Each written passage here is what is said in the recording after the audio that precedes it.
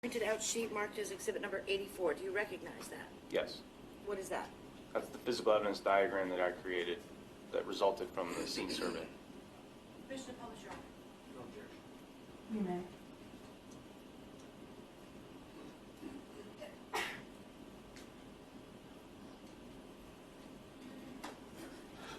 Officer Parent, on the screen, we have a portion of the diagram marked as 84. Is that part of the evidence diagram that's in front of you in full? Yes. Now, on the diagram, we see the depiction of two different cars, one to the left-hand side of the diagram and one to the right-hand side. What is all of this, the small little points in the middle? So everything in the middle is the physical evidence that we collected. The little circles with the arrows represent the item number. So yesterday we saw some exhibits with yellow placards that had numbers on them. Those will correlate to the physical evidence here on the diagram. So if there was a placard at the scene, that same number would be represented for that physical evidence on the diagram. How do you go about creating your evidence diagram? I use a drawing program called AutoCAD. And how do you get the information into AutoCAD in order to create this diagram?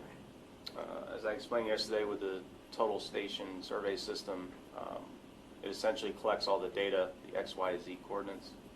That information is imported into AutoCAD, and it provides a series of points, and then I just essentially connect the dots. Would it be fair to say that the numbers that we see on exhibit number 84, some of the pieces of evidence that we talked about yesterday are directly proportional or on the diagram the way you saw them at the scene? Yes. For example, there was that gouge mark that we talked about that was between evidence marker 23 and 24. Is that represented on your diagram? Yes. Could you show us where that's represented? May the record reflect the witnesses identified an area to the left-hand side of the screen in the number 1 lane. And are you able to see in front of you on your diagram clearly the numbers marked 23 and 24? Yes. And did you go through, when you were creating your evidence diagram, and label every piece of evidence that you found on the roadway? Yes. When you were doing your collection for evidence, was there ever any sign of braking that you found? Yes. Where was that found on the roadway? It's evidenced by number 20 here. That was that lock wheel tire friction mark that we talked about yesterday. And how do you know that it was sign of braking? Just the characteristics of the mark. It was very solid. There were no striations, which would be indicative of a lock wheel tire. And is there any other way besides in braking that that mark could have been left on the roadway? In this case, no. So were you able to determine that then, by the nature of that tire friction mark, from which vehicle that that laid down that mark? Yes. Which vehicle was that? The Ford F-350. And was there information that you ultimately obtained from the airbag control modules that was consistent with leaving a tire friction mark? Not the airbag control module from the Ford F-350. How long was that that braking mark? I believe it was, looks like probably close to 20 feet. I'm looking at the scale.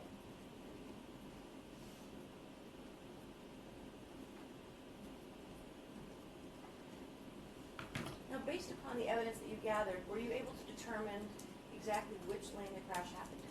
Yes. Were you also able to determine kind of what happened to the vehicles after the crash? For the most part, yes.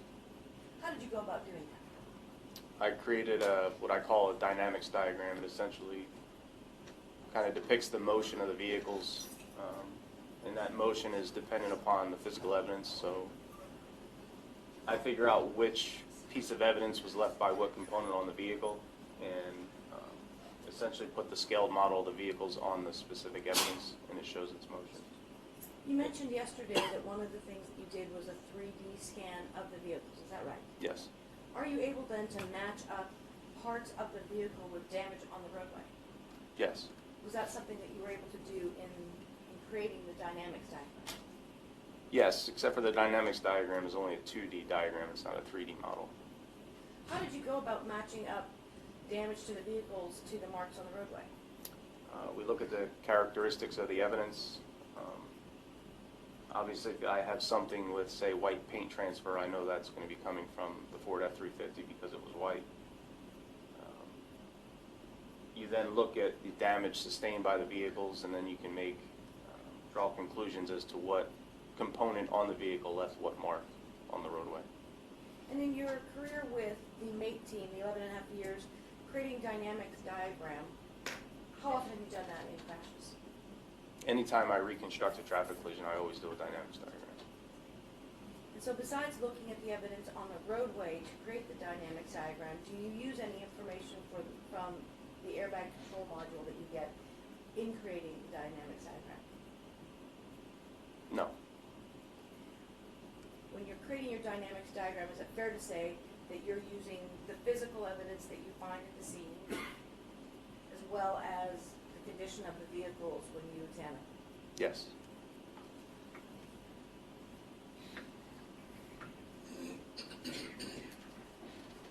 Prepared to have another very long folded diagram marked as Exhibit 85. Do you recognize this? Yes. What is this? It's the dynamics diagram that I created. Permission to publish, Your Honor. Have you published?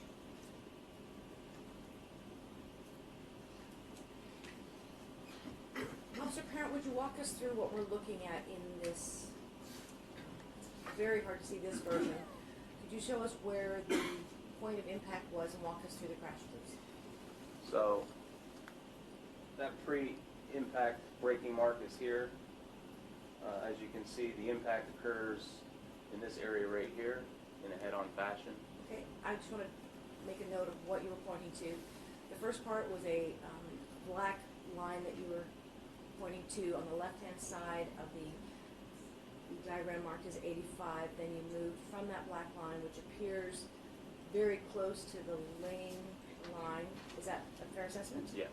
And then the next area that you pointed to was an area to the left of the ending point of that line towards the center. Is that fair? Correct. What was the next thing that you determined? So once the vehicles impact and engage, the next step in the collision sequence is they separate. In this particular case, I didn't have a whole lot of physical evidence to really show the motion of the Toyota. However, based upon physics and the orientation of the vehicles, I know that that Toyota rotated in a counterclockwise manner. Regarding the F-350, the F-350 also rotated in a counterclockwise manner. It also rolled and impacted the median barrier. It then slid on its right side along the median barrier before the roof impacted the bridge barrier. Upon impacting the bridge barrier, the Ford F-350 rotated 180 degrees and came to rest on the roadway. How do you know that the Prius rotated in a counterclockwise motion? Given the orientation of the two vehicles and the force of the impact and where that force went through the Toyota, I know that it's going to rotate in a counterclockwise manner because of the offset nature of the collision. Were you able to determine what points of the vehicle connected? Yes. You say that it's an offset collision. What does that mean? So offset means that it's not center to center on the vehicles. In other words, a complete central impact would be the headlights of both vehicles impacting each other.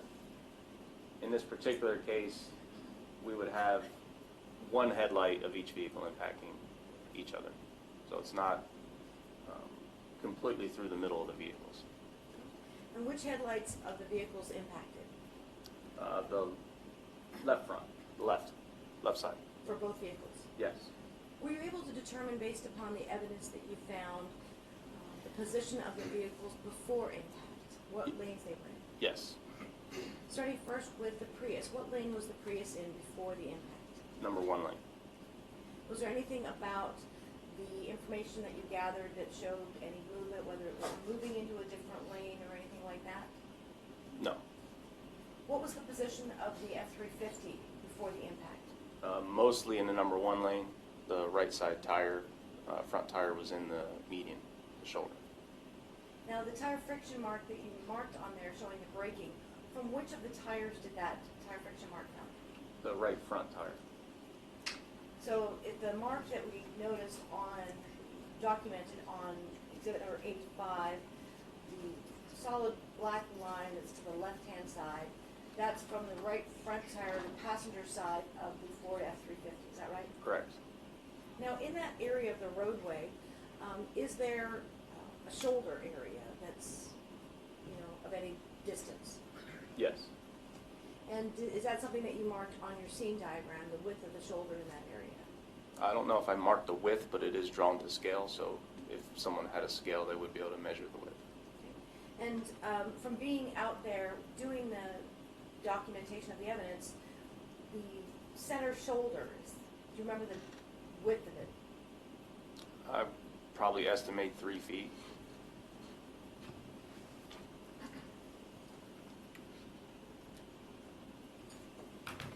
Now, when you were documenting the scene, was there any lighting in the area around where this collision occurred?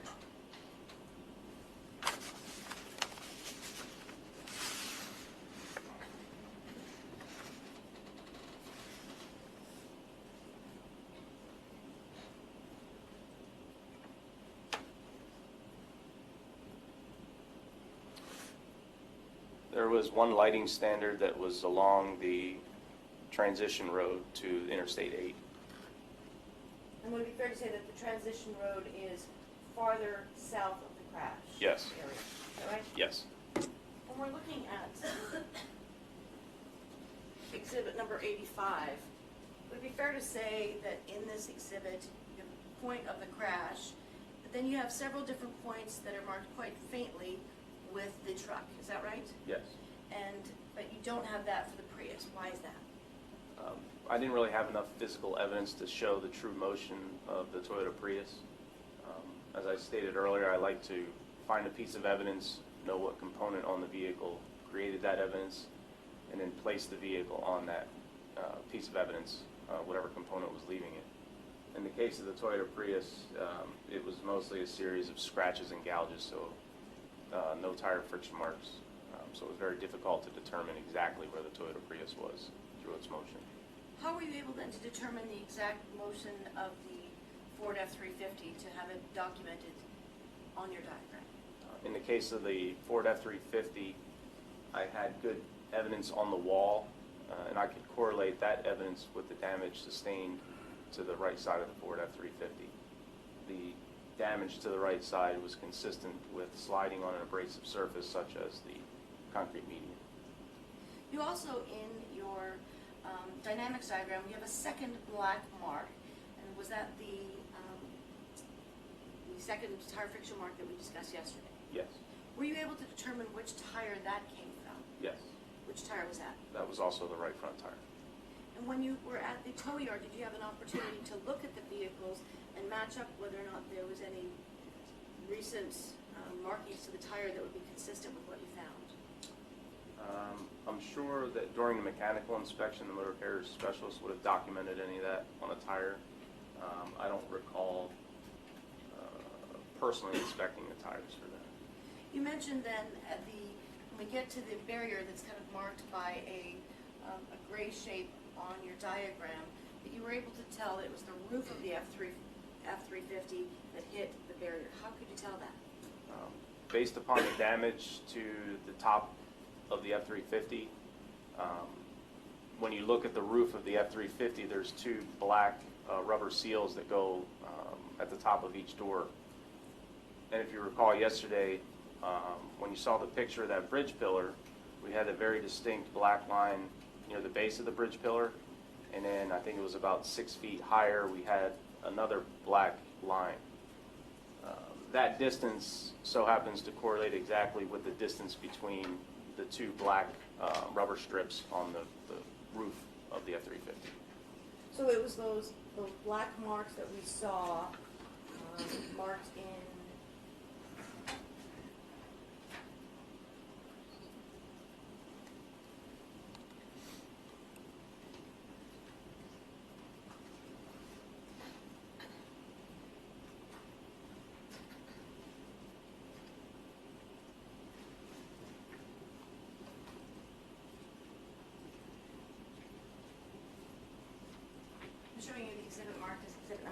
5.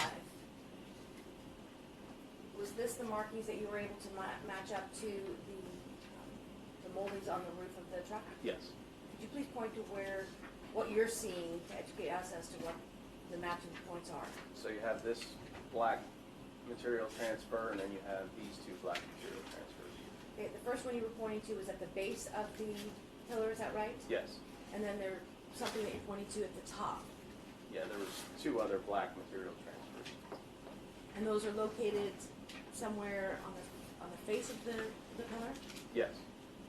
And you match those with the molding on the top of the Ford F-350, is that Yeah, right? correct.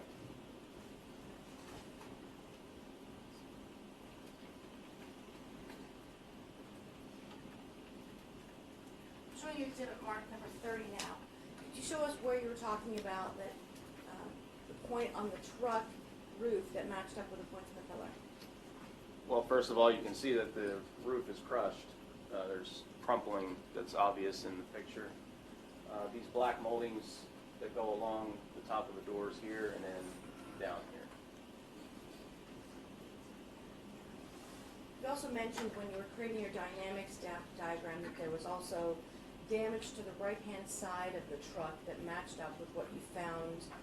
Was it on the concrete median? Where did you find that damage? Yes, on the top of the concrete median. And that was consistent with damage that you found on the truck? Yes.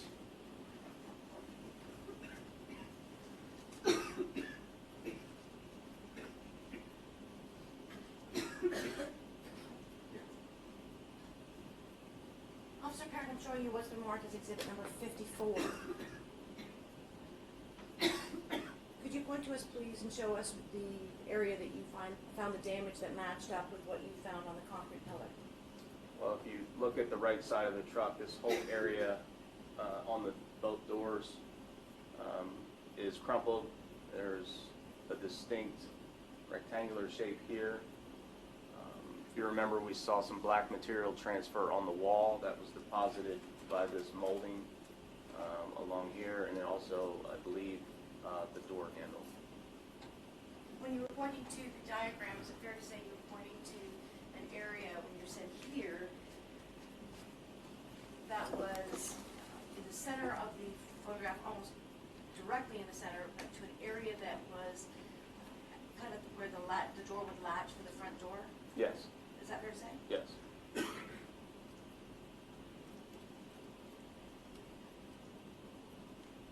I'm showing you exhibit number 40. In exhibit number 40, is that one of the areas that matched up the points of evidence that you tied to create your dynamics diagram? Yes. Could you point to the points that you used in order to create your dynamics diagram? This black material transfer, and that's also followed by some white paint transfer that's on the wall. You were pointing to an area along the top of the center median that's marked with an evidence marker 30, is that right? Yes. Your permission to show the jury the dynamics diagram, please, some of the details don't show. You may do so.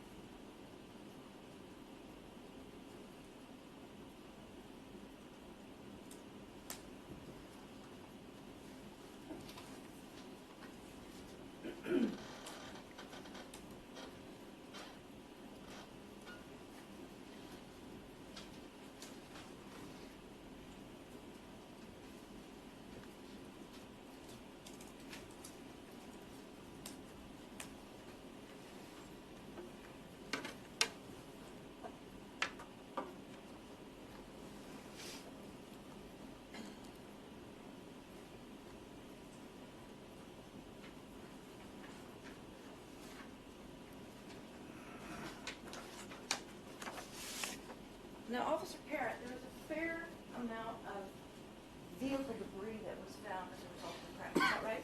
Yes. Were you able to match up any of the pieces of debris to the different vehicles? Yes. And were you able to determine when in the course of the collision that debris came off? Yes. How did you go about doing that? Well, I looked at the location of where the debris was and then looked at the motion of the vehicle. Knowing that they rotated, I could tell that that debris was strewn about during the post-impact phase after they impacted. Do you have an opinion based on your experience, what happened in the crash? Yes. What is your opinion? Well, in my opinion, the Ford F-350 was traveling south in the northbound lanes of the 163. The Toyota Prius was traveling north in the northbound lane, number 1 lane. The two vehicles engaged in an offset manner. The force of the collision was significant such that the entire left front of the Ford F-350 drove through the left side of the Toyota Prius, directly impacting the driver and the left rear passenger. After driving through the Toyota Prius, the Ford F-350 rotated in a counterclockwise manner, impacted the median, rolled onto the median, slid about, I think it was 75 feet along the median before the roof impacted the bridge pillar, and then rotated another 180 degrees and came to rest on its right side in the number 1 and 2 lane. After impact, the Toyota Prius rotated in a counterclockwise manner, probably rotating 360 degrees, and coming to rest straddling the number 1 and 2 lane, facing in a northerly direction. Now, based on your understanding, is it a violation of a vehicle code to drive the wrong way on the freeway? Yes. What is that vehicle code? Section 21651 C. Charles.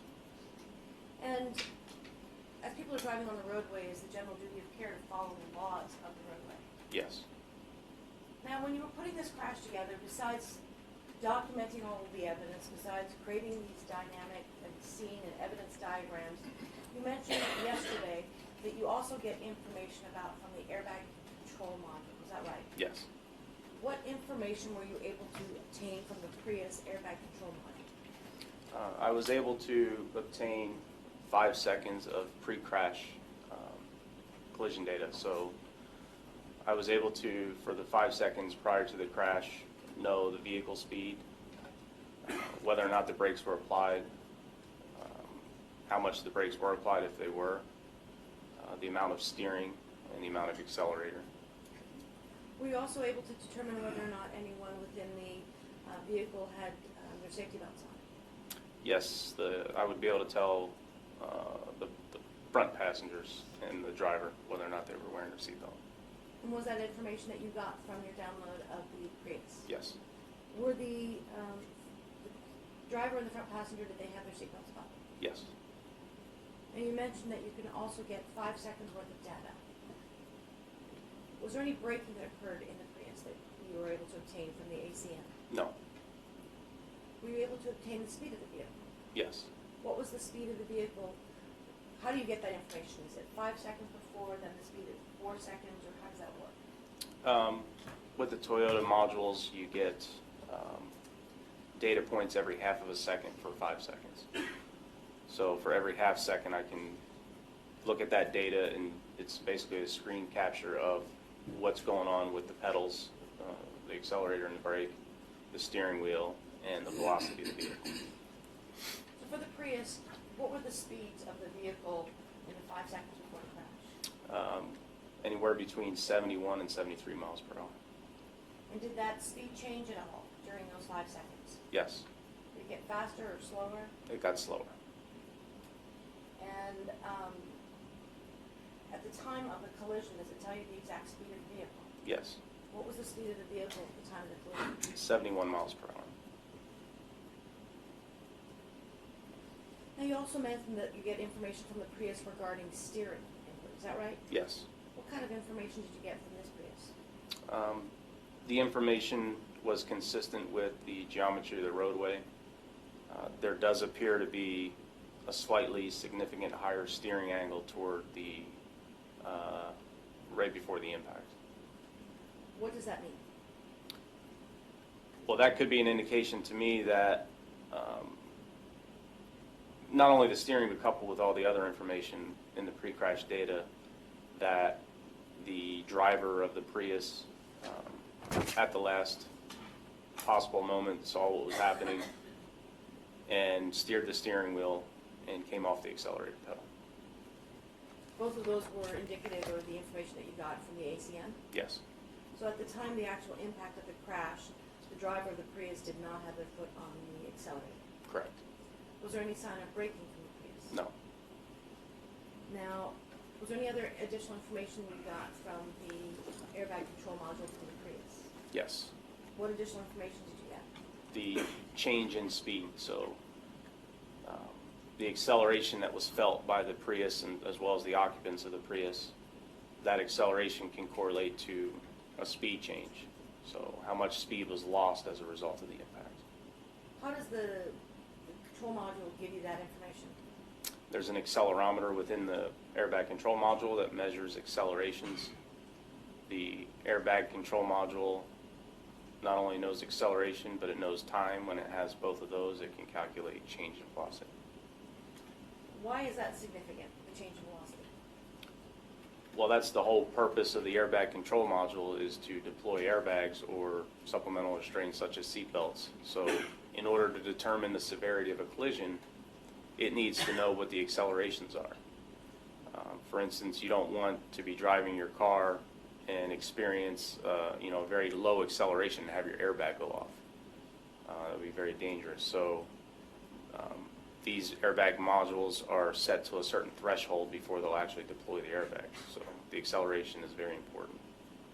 So can you tell then in the sequence of the crash when the airbags went off? Yes, In the Prius, when did the airbags go off? I would have to look at the report to give you an exact time. Okay, if you could look at the report and then look at the news when your memory's been refreshed, please.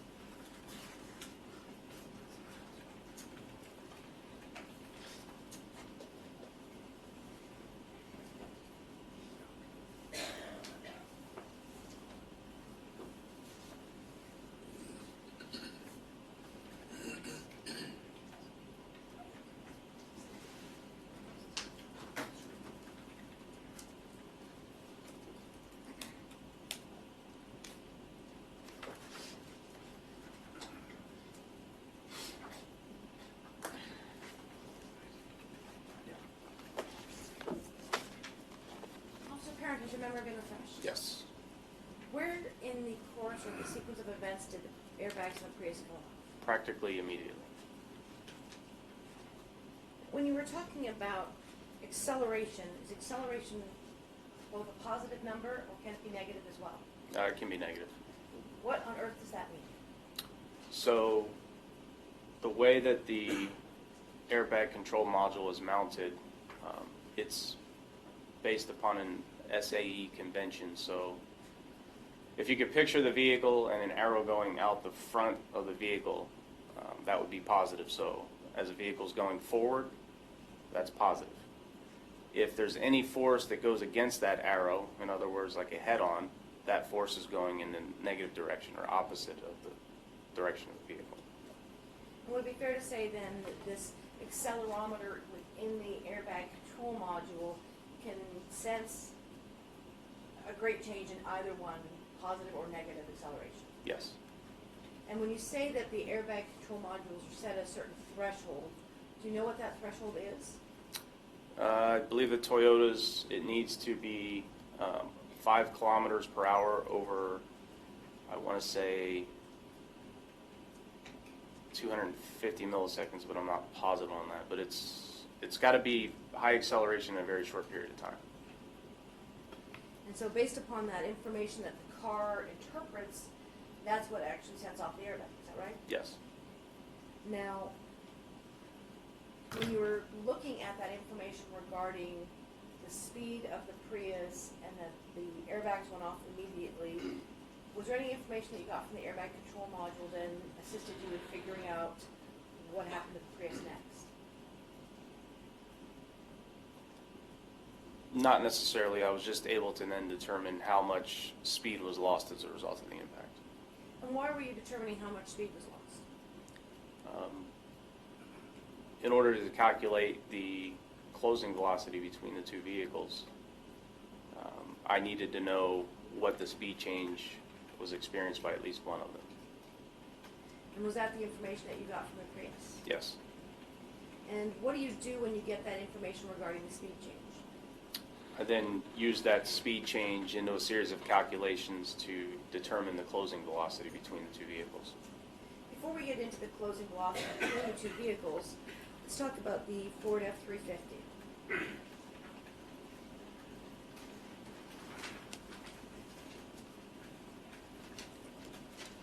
You mentioned yesterday that in order to get the information from the airbag control module from the Ford, you actually had to remove the sensor and send it somewhere. Is that right? Yes.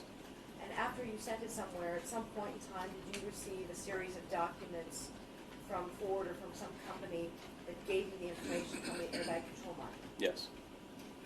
When you received that information, what kind of information was it? Fairly limited as far as reconstruction purposes go. It did record some accelerations, but it was only over a very short period of time. And that acceleration correlated to a speed change. However, the accelerations were only recorded for about 1/10 of a second, where when we look at the Toyota Prius, its module recorded the entire collision and it ended up being almost 3/10 of a second.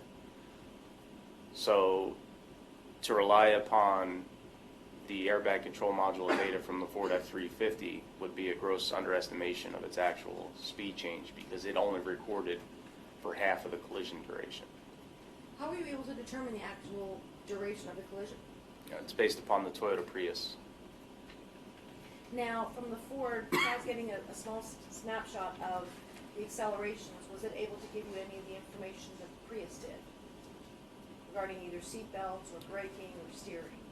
I don't, it may have provided seatbelt information, but I can't be sure without looking at the report. Okay. If you'd like to take a look at your report and look up to us when your memory's been refreshed.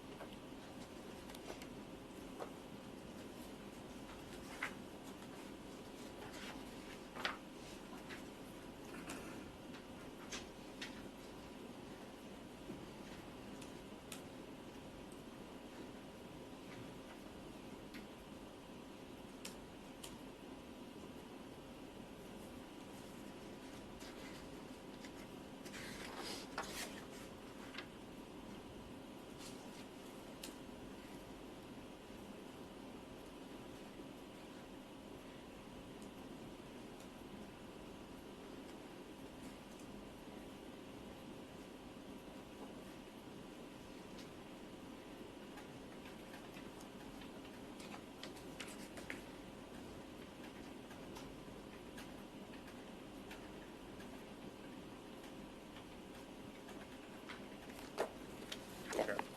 Officer Parent, has your memory been refreshed? Yes. Was the Ford ACM able to give you any information regarding the seat? No. Was the Ford ACM able to give you any information regarding steering input? No. Based upon the evidence that you found at the scene, were you able to determine whether or not there was any steering change in the Ford? Based upon the physical evidence, particularly that tire friction mark in the beginning, it appeared that there may have been some steering or it was already directed in that direction. And the steering and the positioning of that tire, though, is still it's almost on the lane line for number one, between the number one lane and the center shoulder, right? Correct. That tire friction mark wasn't fully into the shoulder area, was it? Yes, it was. Okay. But it wasn't, if we're looking at it, it was to the right of the lane line, you say it was close to the concrete that you found it? Close to the It concrete? was more close to the double yellow line that separates the number 1 lane and the shoulder.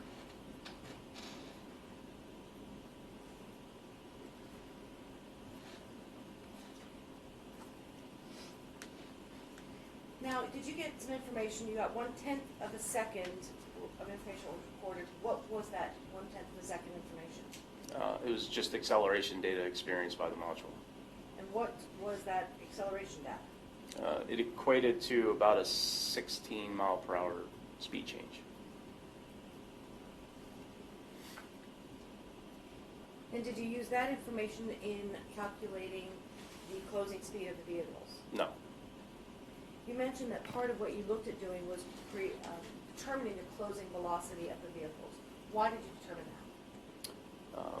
Since I had the pre-crash information from the Toyota Prius and how fast it was traveling at the time of impact, if I know the closing velocity, in other words, the relative velocity between the two vehicles. So let's say, for instance, we have two vehicles that are traveling in the same direction, and we're both going 50 miles per hour. The closing velocity between us would be 0 because we're not gaining or we're not losing any type of velocity. Now let's flip that around and talk about going head-on into one another. If we're both going 50 miles per hour, then that closing velocity would be 100 miles per hour. So when I talk about closing velocity and relative velocity, that's what I'm referring to. So in this case, if I was able to calculate the closing velocity and I knew the velocity of one vehicle, I can simply calculate the velocity of the other vehicle based upon the closing velocity and the impact speed, or the impact velocity of the other vehicle. So what kind of calculation did you use in order to determine the closing velocity of the vehicles? So what I looked at was calculating the total damage energy as a result of the collision based upon the weights of the vehicles and the speed change experienced by the Toyota Prius. And did you use all that information in a physics formula to come up with the closing velocity? Yes. What was the closing velocity that you determined? It was between 114 and 127 miles per hour. Why is there such a wide range of between 114 and 127 miles per hour? So when I did my calculations, I kind of took a statistical approach and I did what's called a Monte Carlo analysis. Given the variance of some of the inputs in the equation, such as the vehicle weights, obviously we had some components from each vehicle that probably weren't present when I weighed the vehicles. There could be some discrepancy in weights that are listed on driver's license records. The other discrepancy or variance could be the principal direction of force, exactly what was the force line that went through the two vehicles. All of those come into play when I'm calculating closing velocity. So to account for any of those variances, the Monte Carlo analysis actually does the calculations 15,000 times and creates a distribution, and using the statistics from that distribution, I can determine a range. Now you mentioned that once you've determined this closing velocity of the vehicles, 114 to 127 miles per hour, from there can you determine the speeds of the vehicles? Well, I already knew the speed of the Toyota Prius based upon the airbag control module, so I simply subtracted that speed from the closing velocity, and that would be the speed of the Ford F-350. And what was that speed of the F-350? Between 43 and 56 miles per hour. Now you mentioned that when you're doing your calculations, there's a lot of different variables. Were there any other variables that would have increased the speed of this F-350 that you didn't know? No. And when you're looking at creating your formula, is it fair to say that every time you're using a number, you're giving the benefit of the doubt in creating your equation to which of the drivers or to which part of the equation? Well, I think by including a variance in the inputs that I put in there, I think it's it's taken a conservative approach. Who it benefits, I mean, it depends on this, I guess, the calculation that you do, but I don't really do calculations to benefit one side or the other. I just do the calculations to best approximate whatever speed I'm trying to calculate. So based upon the information that you obtained from the airbag control module, as well as all of the scene evidence, could you determine what the speed was then of the Toyota Prius as it was going along the State Route 163 heading northbound? 71 miles an hour. And when someone's traveling at 71 miles per hour, how many feet per second is that? Well, I'd have to calculate it, or it's probably listed in my report somewhere, but I can't do the feet per second in my head right now. Take a look at your report and see what feet per second is in your report, please.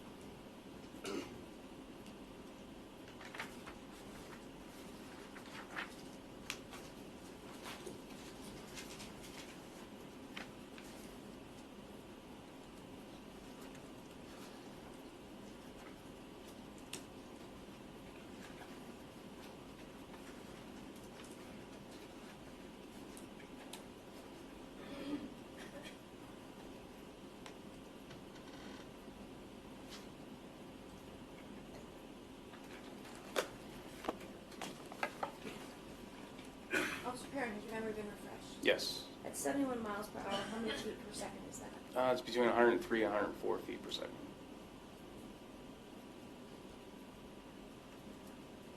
Now, through your training experience with the California Highway Patrol's meet team, are you familiar with perception reaction time? Yes. What is that?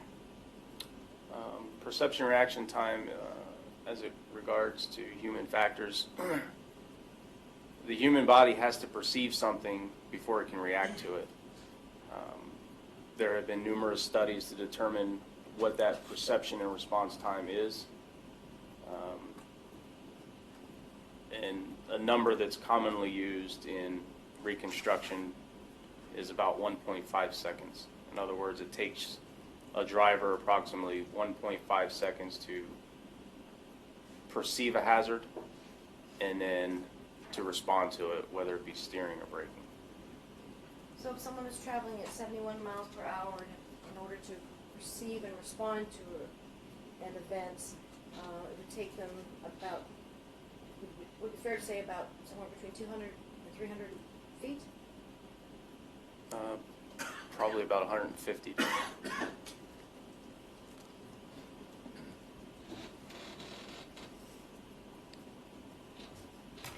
Now, are you familiar with this section of the roadway of the State Route 163? Yes. I'm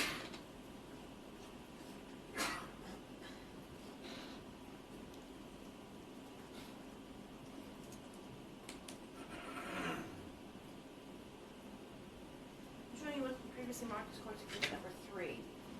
Is it fair to say that in looking at exhibit number 3, you see the 163 as it curves to the left before it straightens out, then curves slightly to the right going underneath the 8. Is that right? Yes, And is that the area where the collision occurred? it is. I'm looking at exhibit number 4. It's fair to say that we're looking at State Route 163, kind of zoomed out picture of 163, kind of showing the, I guess, the dynamics of that roadway as it's traveled in a larger span. Is that fair to say? Yes. So in exhibit number 3, at the very bottom left-hand portion of exhibit number 4, we see the road, we see the highway marker 163 or the state route marker 163. We see it kind of curve to the right. Is that fair to say? As it goes underneath the 8. Yes. Then we see a very straight pathway on the 163 after that before we hit an area that says Fashion Walk condos and kind of slightly curves to the left. Is that right? Correct.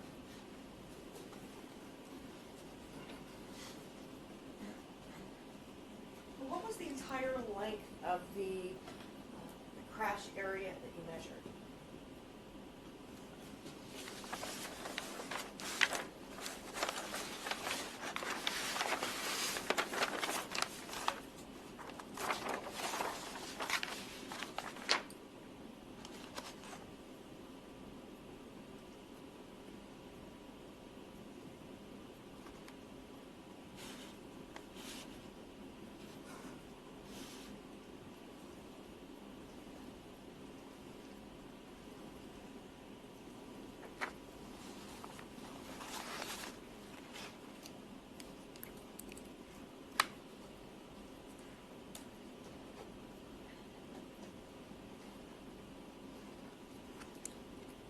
About 650 feet estimate.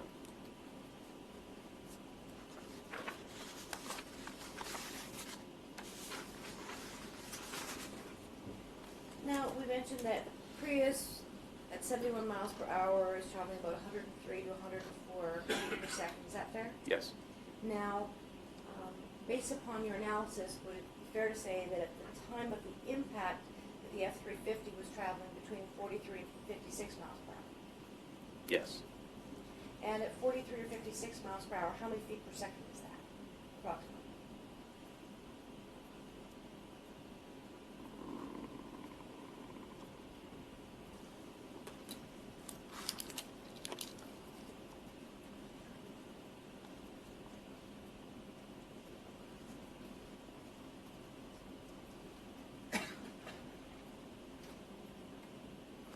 About 75.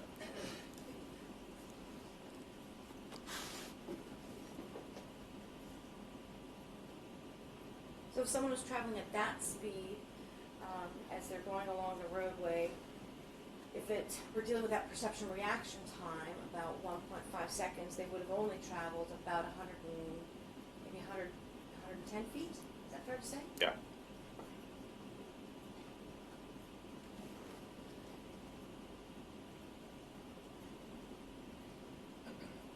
Now, when we're talking about the dynamics of this crash, was there a significant difference in the speed change between the two vehicles?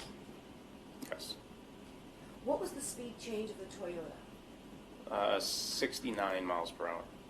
What was the speed change of the Ford? 30. Why is there such a big difference between the two speeds? The weight. What does that mean? The Ford F-350 was over 2 times the weight of the Toyota Prius.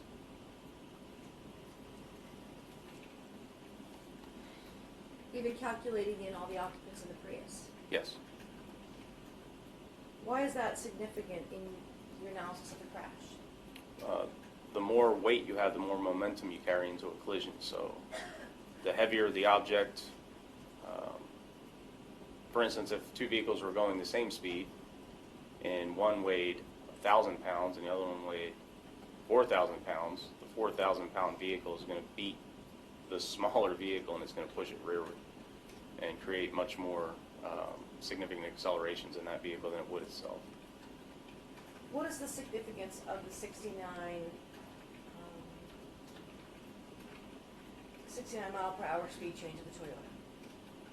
Well, in my case, the significance was I used it in my calculations, and also you can kind of correlate potential injuries in a vehicle based upon what the speed change was. How do you do that? Well, you can look at, so typical crash tests are done at 35 miles per hour, and you can correlate, a lot of times they put dummies and other items inside the vehicle, so you can kind of look at what type of injuries are sustained to occupants in a 35 mile an hour speed crash, and then think about, in this case, doubling that, and you would expect significant injuries to the occupants in the Toyota Prius. Based upon your analysis in this case, with the speed change of two vehicles, from your analysis, is it fair to say that the truck traveled much further after the crash than the Prius did?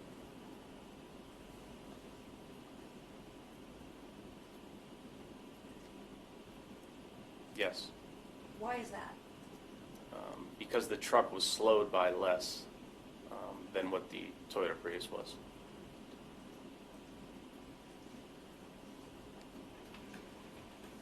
I have no further questions at this time. Thank you. Mr. Hutton, you may cross-examine. Morning. I'd like to ask you a few questions about the roadway. The center median at the point where the collision occurred was approximately how wide? I would probably estimate 3 feet. If we were to go back up further north on the freeway up toward Genesee, the center median is much wider, isn't it? Yes. From Genesee south to at or about the collision point, about how wide is the center median then? I would probably say it ranges 10 feet or so. Okay, and then it narrows down as you get to the 8, am I correct? Yes. And would you agree that a 3 feet wide center median is abnormal on this freeway? Well, generally the shoulders are going to be about 10 feet. In this particular case, when you have bridges and stuff like that, they have to make wider medians to Sure. accommodate the heavy loads of the bridges. And the reason why the center median narrows down is because of the 8 overcrossing. Correct.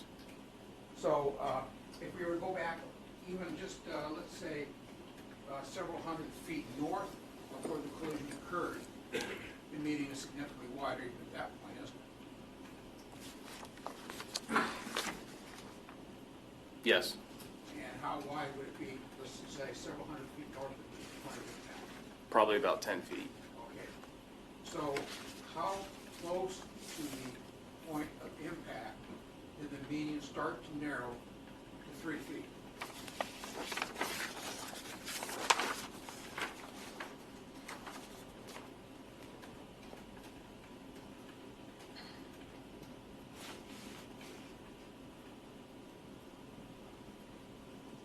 Looks like maybe about 25 feet or so it begins to taper. And then strike that.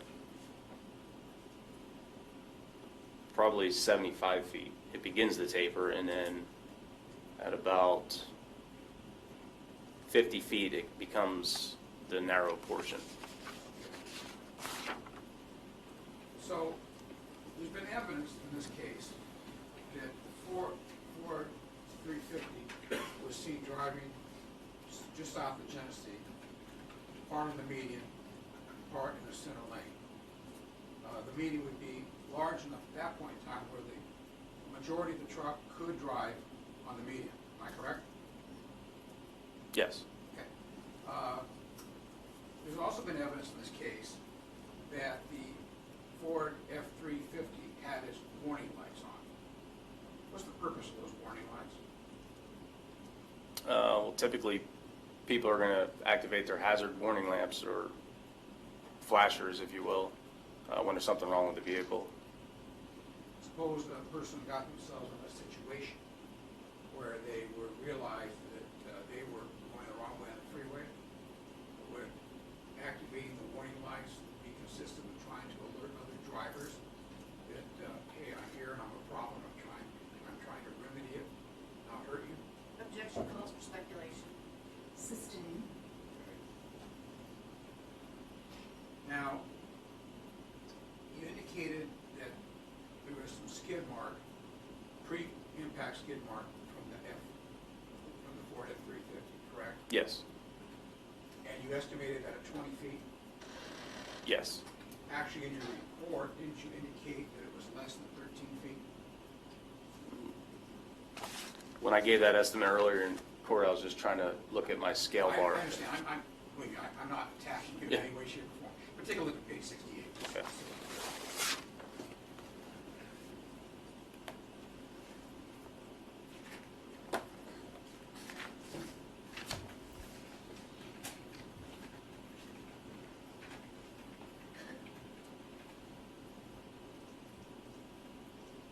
Yes. Okay.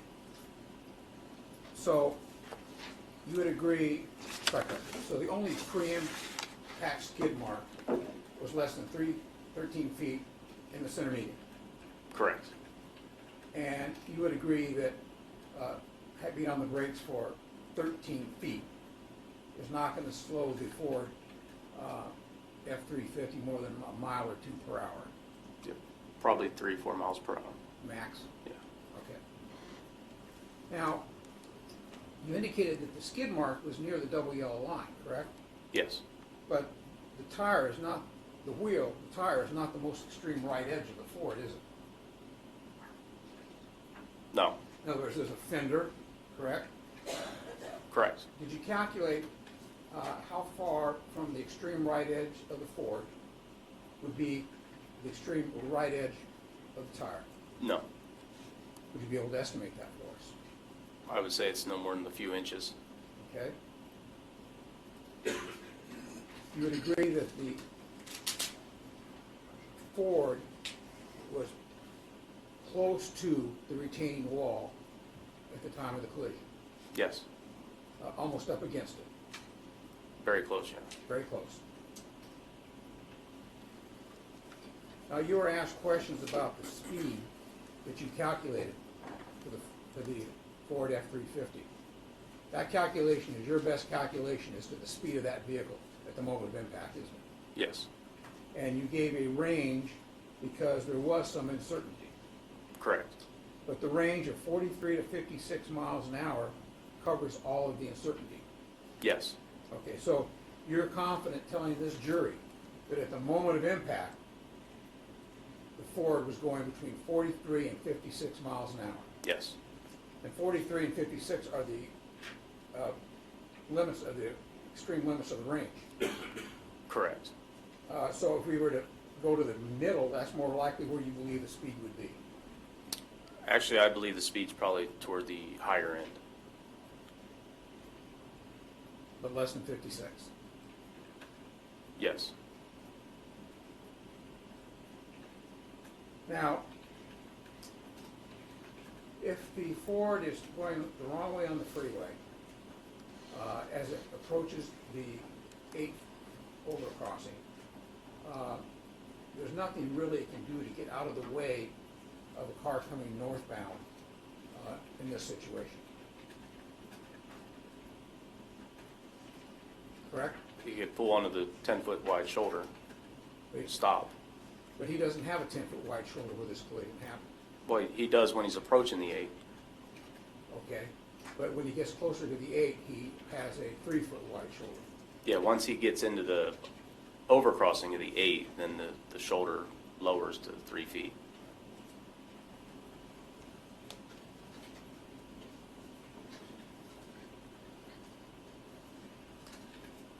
That's about the only thing he can do. He can't keep, at that point in time, he can't get off the freeway. Again, I would argue that he could stop. Okay?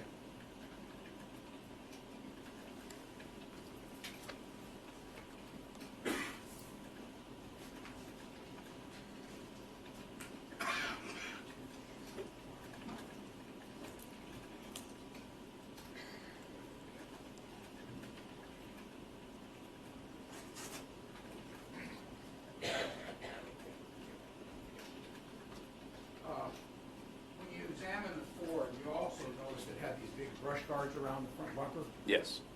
So those would extend closer, or make the car wider from the tire to the edge of the car, correct? Correct. So would it be fair to say that at the moment of impact, the Ford was as close to the center median wall as it could get? Yes. Okay.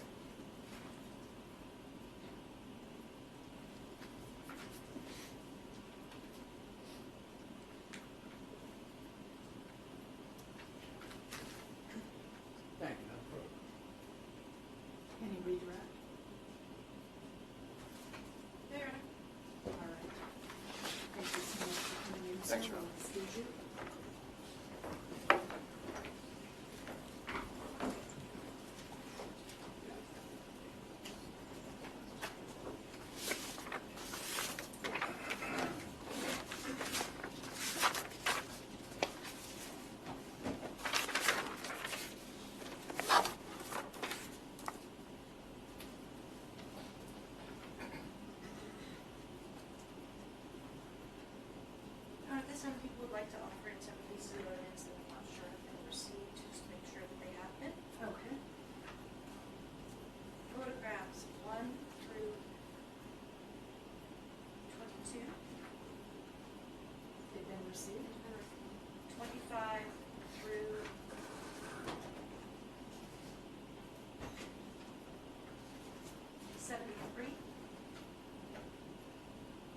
received.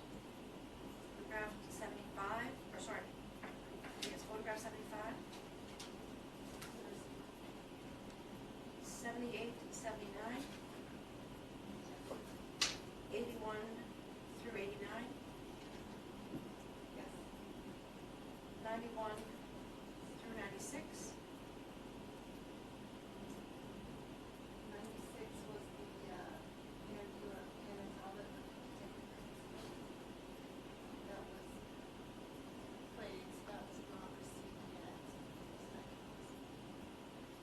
I'm sorry, I didn't hear her. It was the interview of Kenneth Talbot with Detective Quincy, the audio.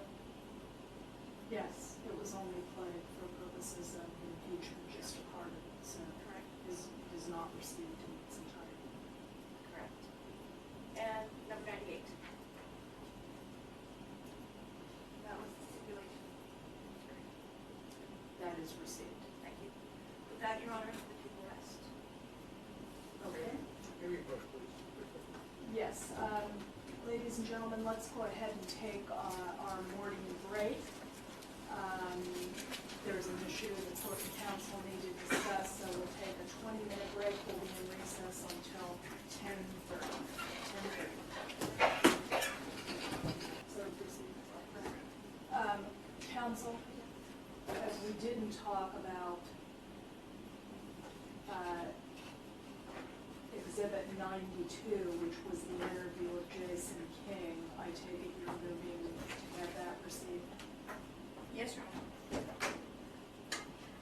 You already made your objections to that, which were overruled, so that is received 92 and 92A. And then we did not receive 93, a shrink-wrapped package of the glassware from Boots. Are you looking for admission to that? Yes, please, Your Honor. Any objections, sir? I'm sorry, no, that's right. The glassware, I have no objection. those are received, 93 is received. Thank you. Okay, Mr. Hutton? I would just have a moment, please.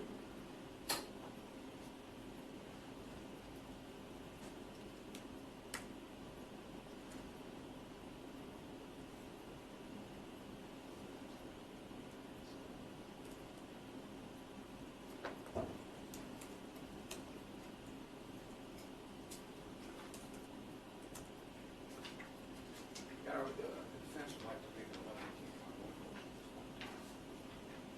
As to? as to counts 1 and 2. Okay. Just by, I was not here when the court ruled 995, but the court ruled that based upon multiple individuals telling Mr. King not to drive, that was the basic reason we were denied the 995. So with that in mind, the In state. combination with the stand-down course at the Marine Corps the week before. Okay. Obviously, the standard is different on a 11-18.1. Sufficient evidence to sustain a conviction on appeal. Evidence drawn most favorable to the prosecution. And a couple of things that I'd like to bring up to the court's attention first. Element number 2, on a applied malice charge, is that the natural and probable consequences of the act are dangerous to human life. And I assume that the act that the people are alleging is driving under the influence. And there's not been one shred of evidence in this case that the natural and probable consequences are dangerous to human life. There's been evidence that we shouldn't drink and drive because it's dangerous. But there's absolutely been not one shred of evidence that the natural and probable consequences of the act are dangerous to human life. Period. And so I believe that there's been no evidence to element number 2. And on that ground alone, the motion should be granted. Secondly, there is insufficient evidence to establish that Mr. King acted, element number 4, deliberately with a conscious disregard of human life. Now now we know more than the court knew at the 995. Because the stand down, we know now that it was a total of 45 minutes. That part of the discussion did not involve DUI. We know now that Mr. King was not there for the early portion of the meeting. We know he began at 3:05, and he was about 20 minutes late. He didn't sign the roster. But more importantly, we know now that the word murder was never mentioned. All that was mentioned was, if you drink and drive, I'm going to get you. If you drink and drive, you're not going to get any special benefit because you're a Marine. If you drink and drive and you kill or injure somebody, you can go to jail or prison. Actually, that's kind of my recollection of the prelim testimony. I think it was pretty much identical to that. Okay. The officer testified at prelim. He never used the word murder. He never said, I told him if you kill somebody, you'll be charged with murder.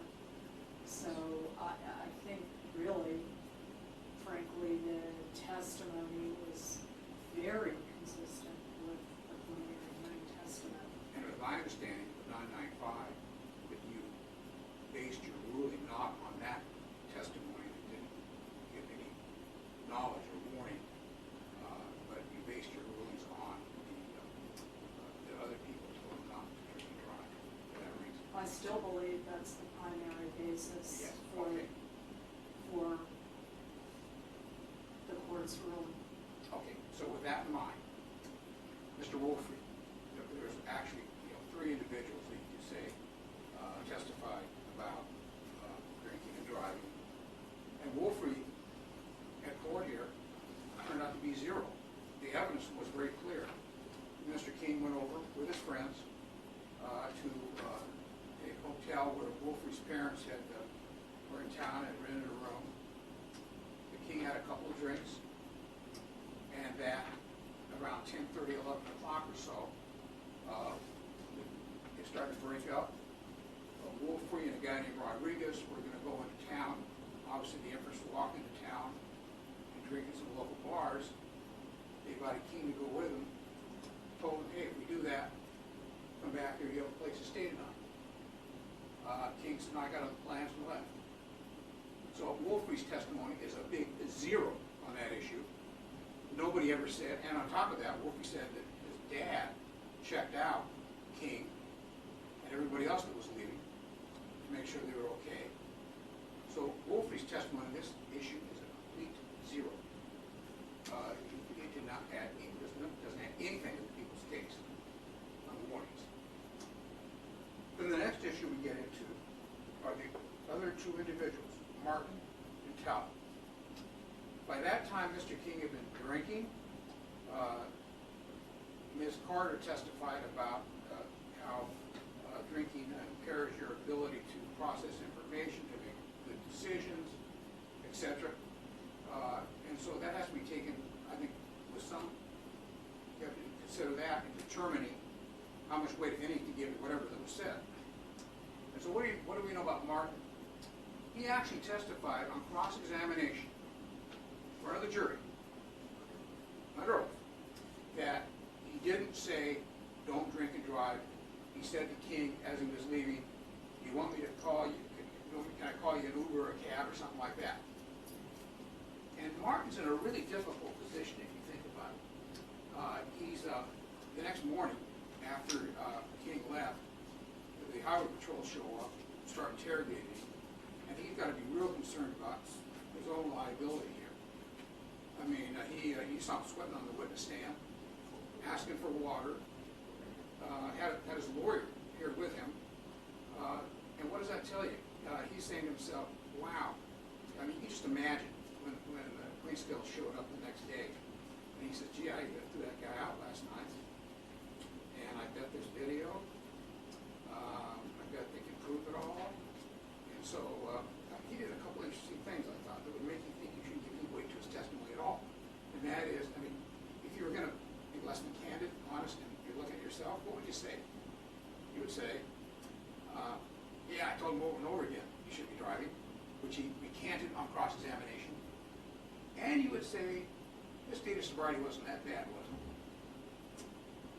And, I mean, I found it shocking that he found no odor of alcohol in his breath when he's 4 or 5 feet away from me.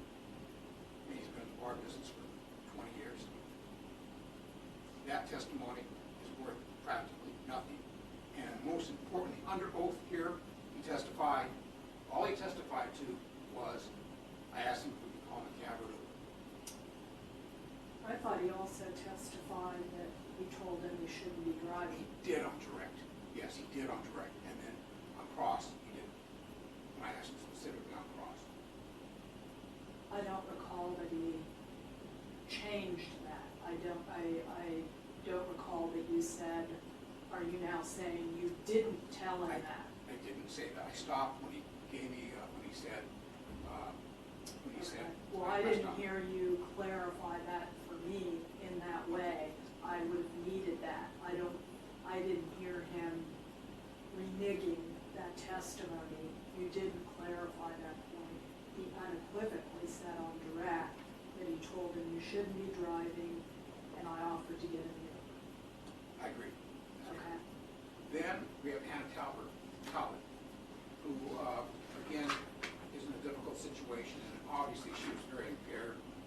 She, on cross-examination, admitted she had at least 8 ounces of alcohol. She, was in a restaurant for a long time and didn't admit or deny if she was sick to her stomach. She also was in a difficult situation when Mr. Greenfield shows up.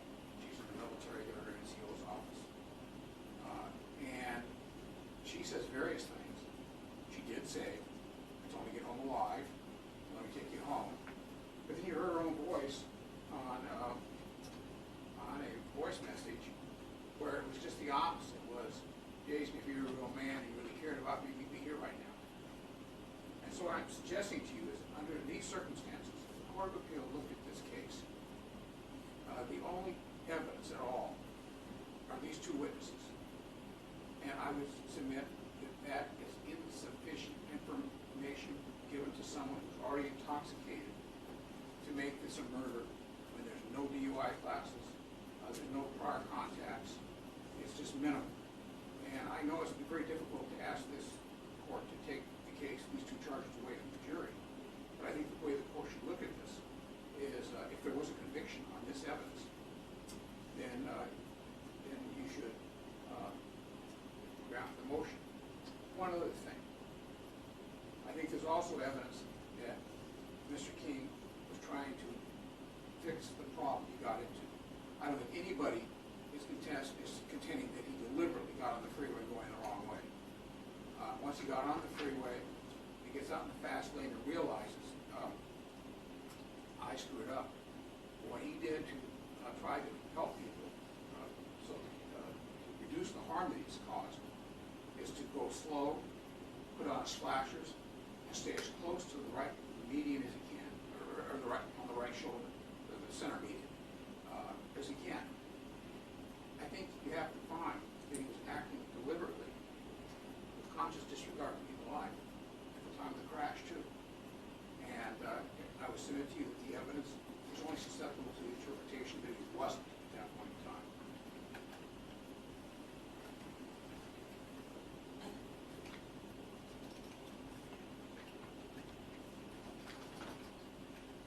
And I would just point out that the natural and probable consequences, going back to what I mentioned at the very beginning, can't be inferred by the court. That would be element 2 of what's required of applied Watson. That's the evidence. And again, there's no evidence whatsoever on that part on number 2. So, I think you should grant the motion. Thank you. Thank you, Governor. Obviously, we're here for an 1118.1 motion, which is entirely different than the 995. The information the court ruled on the 995, obviously at a trial, the court would have significantly more information from the 1118.1 motion, and that's what we received in this case. Regarding the element number 2, the natural and probable consequences that were dangerous to human life, we see the outcome in this case. We also heard information from several of the witnesses about the dangers of drinking and driving, about the fact that someone could be We also learned from several of the Marine witnesses all about the dangers of drinking and driving, something that is put into their heads repeatedly over the course of their job, over the course of their week. It's something they're given visual reminders of. This was all information that the court has now at this trial to determine the 1118.1 motion. We believe that all of the evidence presented has shown that the element number 2, the natural and probable consequences were dangerous to human life, is shown by the facts in this case, as well as the information from the witnesses.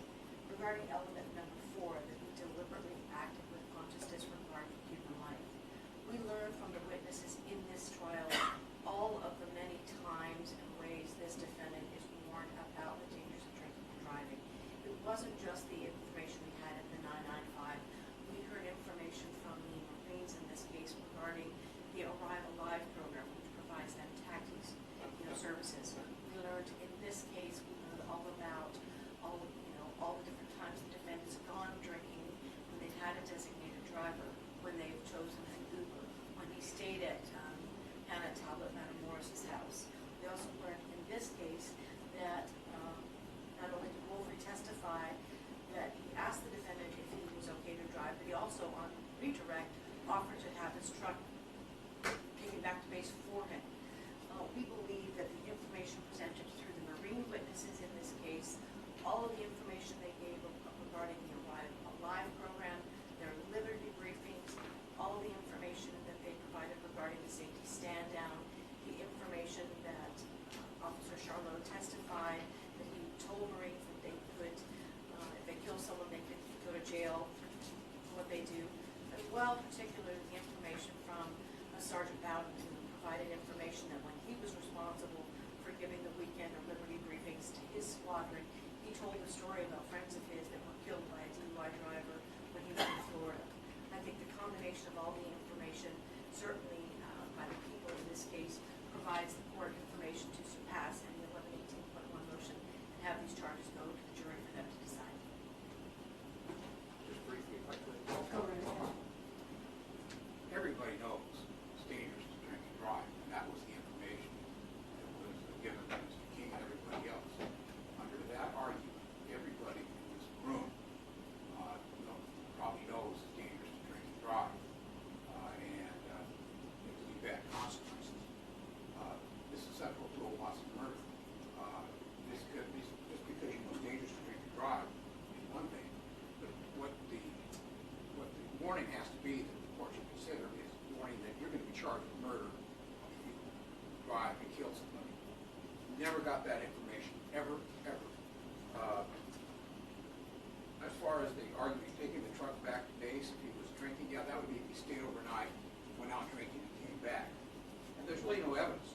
And again, I keep getting back to the evidence. What's the evidence that this defendant knew any of this? And it was being in a Marine stand-down on May 7th, the part of the time that the drinking driving program was given. There's been not one shred of evidence that he was ever anywhere on any of the safety briefings. And we really have to base on the evidence, and we certainly can't base it on the outcome. When you say the natural probable consequence of the act was dangerous to human life, you can't look at it and say, yeah, look what happened here. That was certainly dangerous to human life. 2 people who died. And then you have to ask yourself, how does vehicular manslaughter, specific crime for this, while intoxicated, how does that fit in? I mean, if we took the prosecutor's argument on the facts that we have, the warnings to this defendant, every single case where someone was killed by somebody under the influence, it's a fault. It should be a murder. We should get rid of vehicular manslaughter. People have to prove certain elements. And I would just submit to you, they have not proven the elements. They should have presented evidence as to why drinking and driving is a natural probable consequence is this dangerous to human life. There's no evidence about that at all. That is totally lacking in this case. Thank you. So, I've indicated repeatedly in the case, this is not the strongest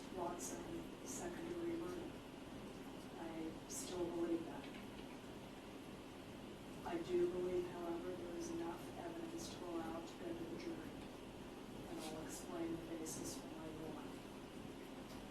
I do have more evidence than I did based on the preliminary hearing transcript, particularly the extent of the Marine Corps testimony, the Arrive Alive program, these weekend briefings that happen every single weekend before these young Marines went on leave.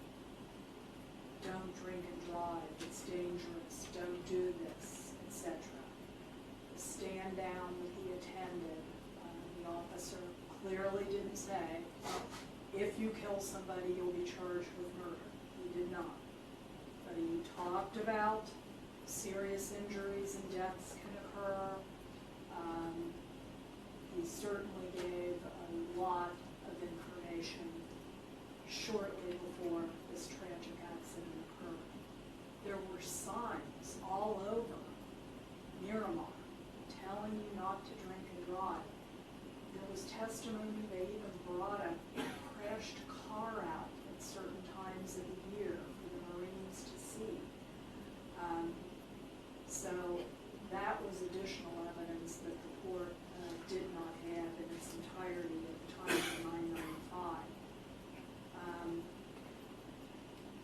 Let's talk then about how the testimony came out with the two key witnesses on the night in question, and that is Gary Martin, the general manager in cahoots, and the tragic testimony of Hannah Talbot, Monmorris. Mr. Walker, I had him testifying that he walked up to the truck, he talked directly to Mr. King, told him you shouldn't be driving. He offered to get him an Uber. That's the state of the testimony, that the bar owner, the bar manager tells him that. And that's consistent with what we're getting from the call to Hannah, where he says, I've been kicked out, and he's all mad about it. And then we have Hannah leaving the restroom. Her testimony is almost too painful to discuss. She goes out there, she sees him at his truck, she's yelling at him, she's cursing at him, she's telling him, don't drive. She asks for his keys. He tells her, I don't need your help. She tells him, you're too drunk to drive. Defendant tells her, look, I got myself here, I can get myself home. They're both, again, shouting at each other. She's pleading with him not to get in the car. And she finally tells him, get yourself home alive. In other words, I think if you drive, you could die,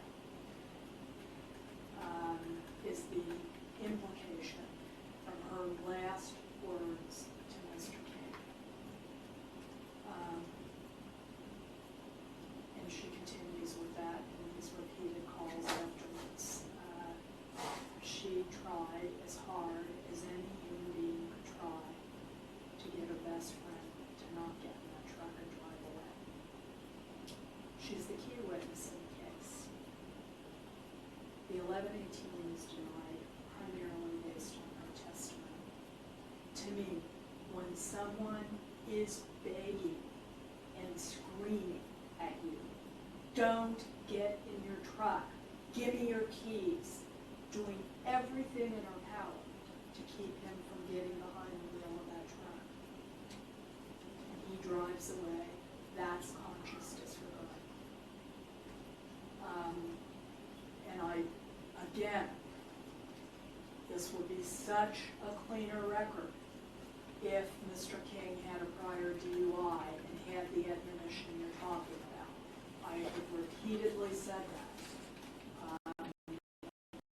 I think that in a situation where there isn't a prior DUI, the court has to rely, and the jury is going to have to rely more on this evidence from that evening and the warnings that were given to Mr. King before he got in the car. But I think based there is enough to allow it to go to the jury. I think there's gonna be a very vigorous argument. There's no doubt that, at some point, Mr. King notices I'm on the wrong side of the freeway and he's trying to brake, obviously. That's gonna be a fact that's gonna be argued. He tried to take evasive action, but of course it was too little too late. In the middle of the freeway at 1:30 in the morning, Prius didn't even have an opportunity to make any evasive moves. The 1118 will be denied for those reasons. And can I just inquire, you're making a finding that there is sufficient evidence on the natural probable consequence of the act of dangerous human life? I remember two. Yes, I am. Okay, having said that, you need to use the restroom. I'd like to ask one thing.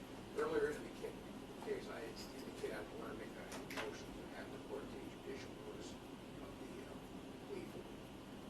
And I would like to use a process, so I'm giving that motion for judicial notice of the first offense or action that you are that is in this court.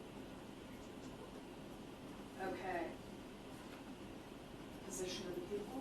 No, we're still opposed to that. I recognize there's now more notice than when the defense wanted to include in their opening statement. That is the people's position. If he's bringing in someone from Los Angeles to talk about his program and what they're learning, obviously he's able to talk about what happens in that program or in prior DUIs. Bringing court take judicial notice of the form in this court or an element that does not exist for this offense. And I think this also actually ties in with the fact that the defense is seeking the 23593 as a CalCrim.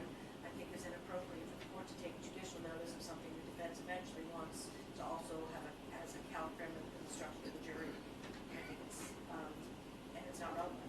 I can't remember which of the officers, Clinkscales, discussed that in his testimony and discussed that that is an advisal given, so it's in the record. It is.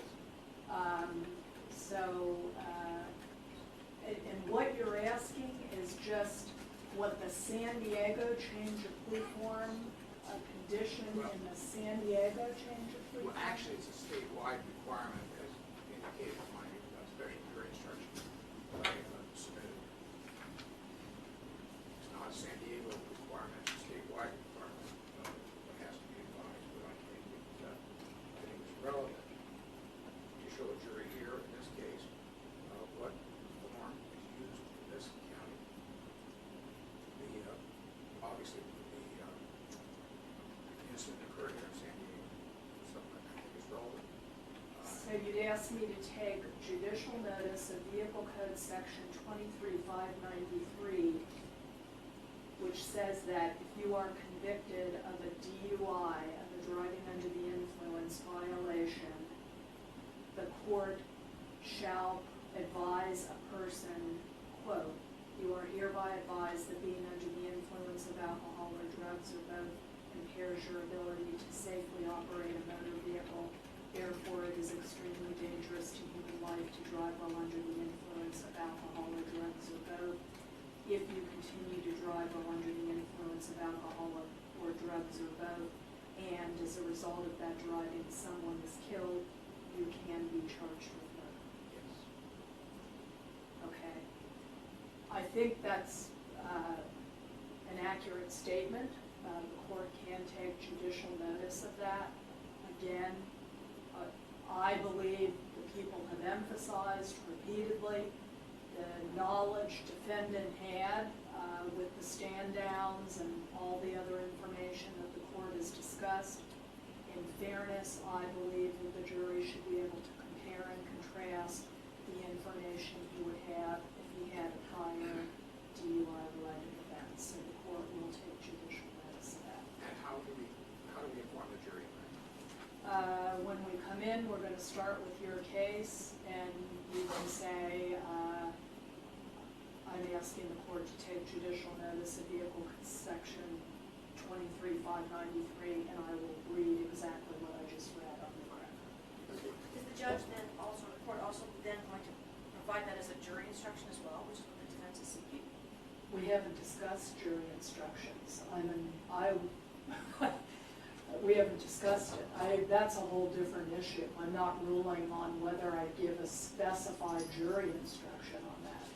That's a whole different thing. Okay, because that's my current concern, is the court's taking judicial notice of something that the defense thereafter wants to be read to the jury as a jury instruction. And essentially, the court's taking judicial notice of something the defense wants to argue is essentially an element that we need to prove, which is not what the state of the law is. I agree with you. It's not an element of the offense. It's not going to be anywhere in 520 on the second-degree murder charge. We'll talk about it when we get to the instructions. I'm inclined, just so everybody knows now, not to give it, but I think you should be able to have that argument that this is what every person convicted of a DUI in California is advised. Okay, does everybody need a restroom break? I can use the rest. Okay. Can I just see the instruction just for a minute? So I just- Sure. I'm not going to read the whole thing because there's a lot of other I information understand. on there.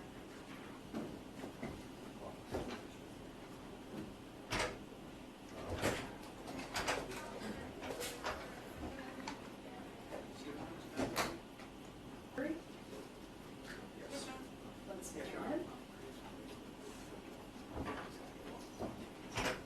Ready for tape?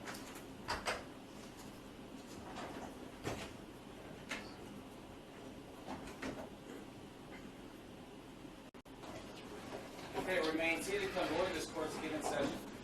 All jurors are again present together with counsel and Mr. King. We apologize for the delay we had. There was some legal issues to discuss. People having rested. Mr. Hutton, does Mr. King wish to present?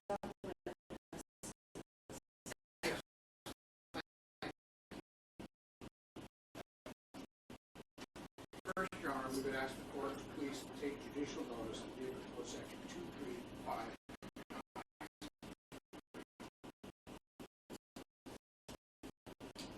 Ladies and gentlemen, I am taking judicial notice, which means that I am advising you that Vehicle Code Section 23593 requires a court in California to give any person convicted of a driving under the influence related offense to be given the following advisal.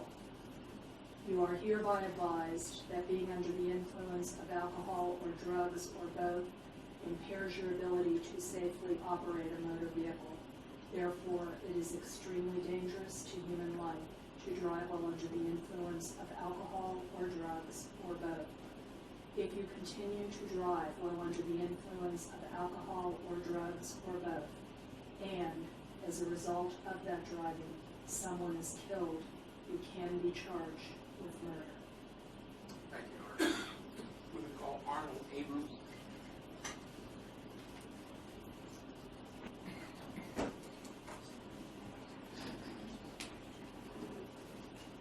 You solemnly state that the evidence you shall give in this matter is the truth, the whole truth, and nothing but the truth, so help you God. I do. Please be seated at the table.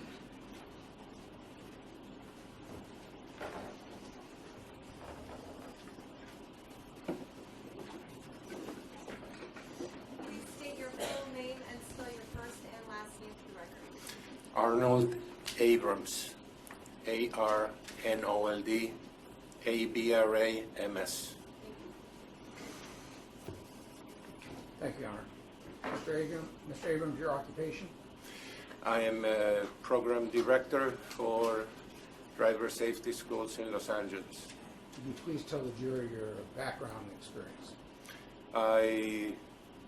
I began teaching substance abuse and driver education for the LA Unified School District, and then I joined the California Department of Motor Vehicles as a hearing officer and driver license examiner.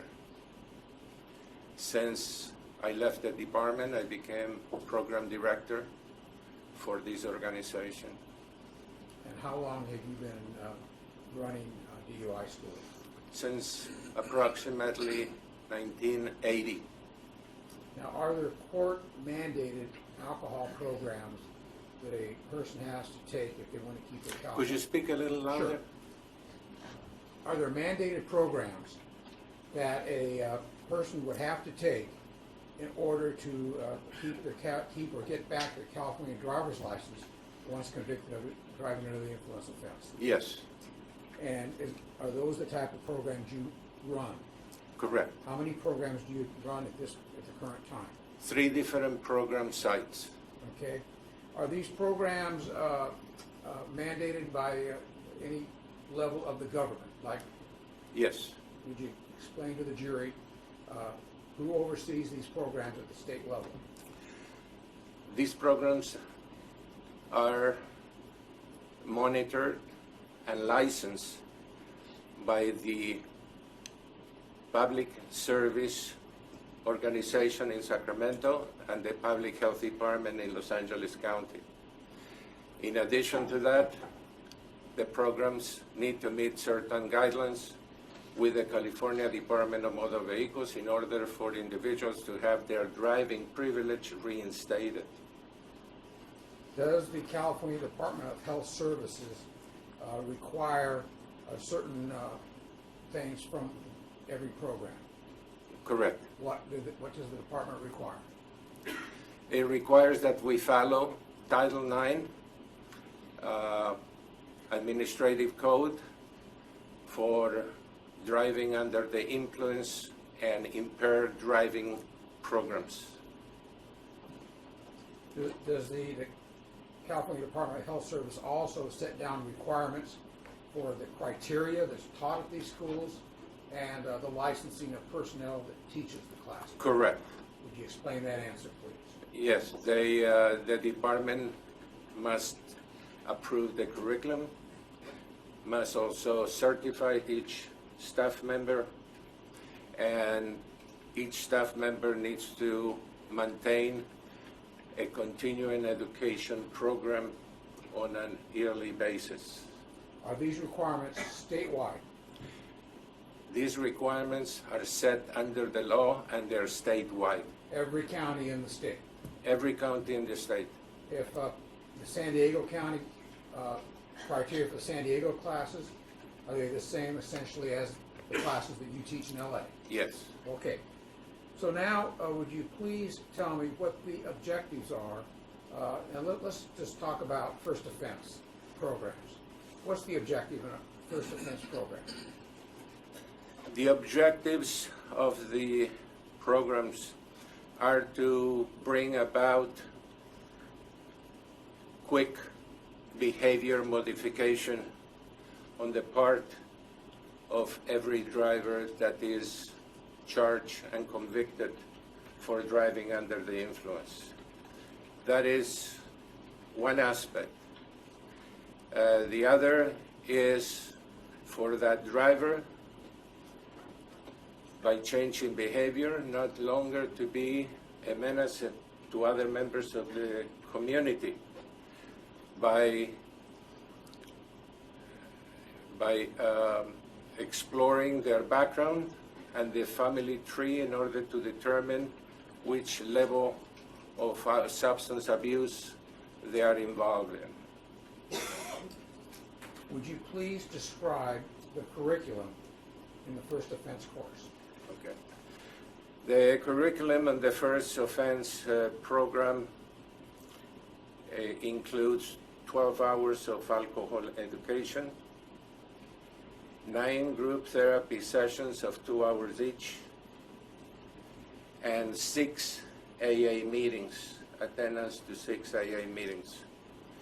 In addition, there are 2 hours of face-to-face interaction with a counselor, 1 hour of intake interview, and the balance of a midterm interview with the individual and a final interview upon completion of all prior requirements. How large are the classes that you teach? I couldn't hear you. How large, how many people in the classes? In a group therapy session, the rules require no more than 15 individuals. In the alcohol education segment, no more than 30 individuals. And the face-to-face? And the face-to-face is always one-to-one. Okay. Now, would you just give a quick synopsis of the subject matter of what the individuals were taught during the 12 hours alcohol education portion? We always begin the first segment by exploring the order issued by the Superior Court on each individual. There are certain requirements they must perform while they are attending the program. In addition to that, there are other requirements that are imposed by the Department of Motor Vehicles. Those requirements may include a suspension, a revocation of the license, and or the opportunity to install an interlock device in the automobile. Do you talk about the fact that because the person's been convicted of a DUI and is taking your course, that they could be charged with murder if they get another DUI and kill someone? That is discussed at the intake interview, which is about approximately 1 hour. And the murder rule is discussed, and the individual needs to sign as having been afforded the opportunity of discussing the contents with the counselor. The next order is number 99, Your Honor. That's a one-page document. The murder rule. Let me just Okay. show you something first. Showing you this exhibit, which is number 99. Recognize that document? Yes, I do. And what is it? This is the advisement regarding the murder rule, which is also described as the Watson murder rule. Okay. That's named after a case. This was after the case of People versus Watson in 1981. And on that intake form, do you lay out exactly the law that means that you can be charged with murder if you continue this conduct?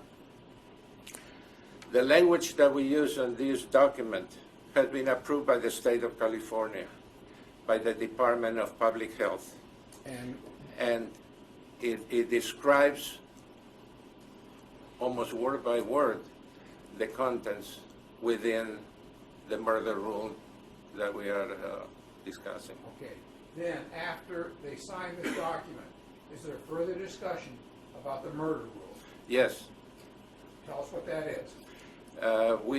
Our counselors will discuss this murder rule during the intake interview and require a signature to the document as having been discussed and received. Then, during the alcohol education component, which is 6 sessions of 2 hours each for a total of 12 hours, is also discussed. It is discussed again during the course of the 9 sessions of group therapy session. And at the final face-to-face interview with the applicant after all the requirements have been completed. And in my personal case, I always confront individuals with a document. I remind them what they signed, and I also go over the consequences of being rearrested after completing the program and having the knowledge of how detrimental drinking and driving can be, that they will be charged with murder And is it, if they kill someone. is it a requirement from the Department of Public Health Services that all first offense alcohol programs do the same thing with the Watson murder rule?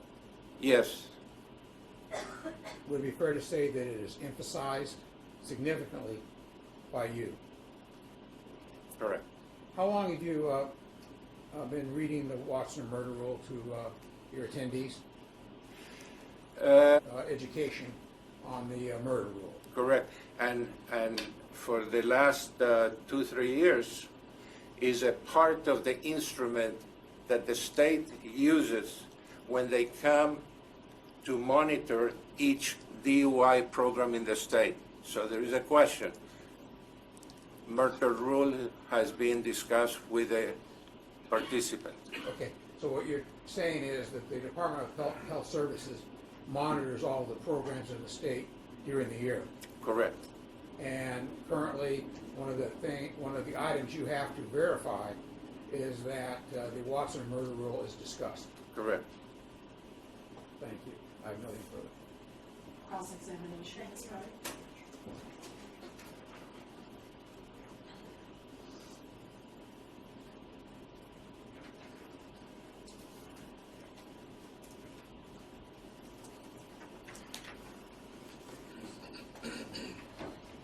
Good morning, Mr. Abrams. Good morning. If ever there's a time you can't hear me, just let me know, okay?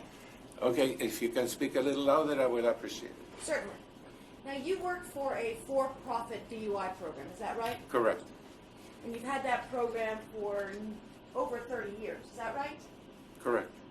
And in that time, have you ever worked as a prosecutor? No. Do you have a law license? No. Have you ever had to put together a case for a prosecutor in order to give them evidence that they requested from you? Not quite the way you're describing it, but from time to time, we will receive a subpoena for a file or for certain documents from the court system or the police department, etc., that they're seeking evidence against someone. But in your career, you've never worked as a prosecutor. No. Have you ever worked as a defense attorney? No. What about law enforcement? Have you ever worked in law enforcement?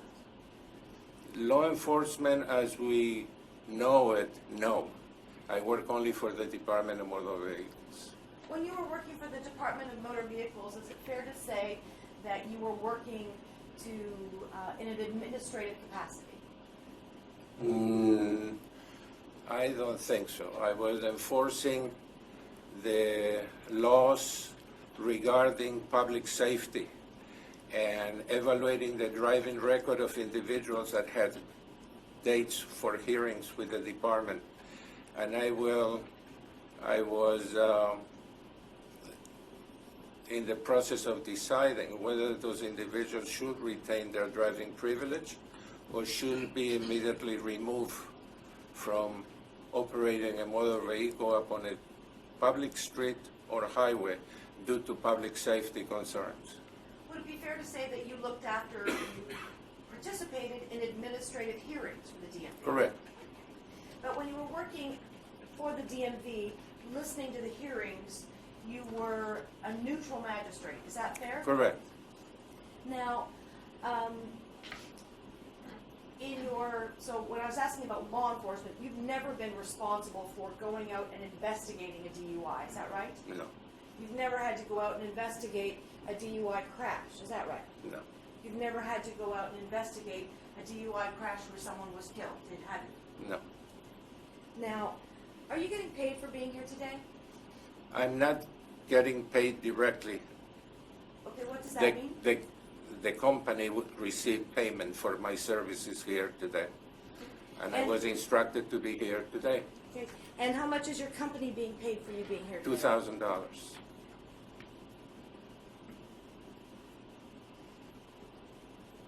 Now, you mentioned that you've been doing this job since 1980. Is that right? Yes. And you're aware that in 1981, that's when, according to your document, there was the Watson case. Is that fair? Correct. Were you aware that the defendant in the Watson case did not have a prior DUI? Yes.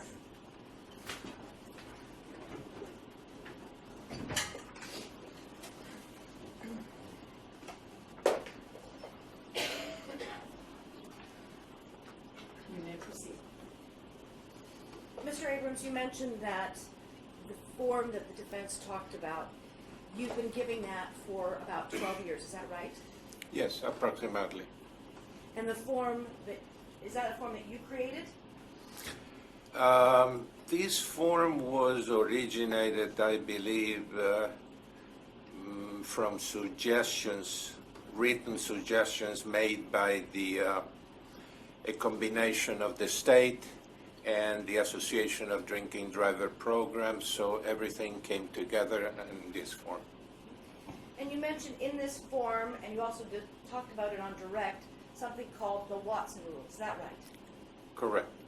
Are you aware in the Watson case the defendant did not have a prior DUI? Correct. Are you aware that in the Watson case, the jury was given information about the circumstances of driving, the drinking pattern, and the blood alcohol in determining whether or not it was a second-degree murder case? I probably was aware of things along those lines, but I don't recall at this time. Were you aware that in the Watson case, the defendant's employer never warned him of the dangers of drinking and driving? I'm sorry, I'm going to object. That calls for speculating here, saying it's incorrect. There's no evidence either way. Sustain. When you provided this form, would it be fair to say that it was your belief that someone needed to have a prior DUI to be charged with second-degree murder? Correct. And if you're aware that that's not the state of the law, would that surprise you? I will be surprised. Well, would you agree that people can learn about the dangers of DUIs from a lot of different sources?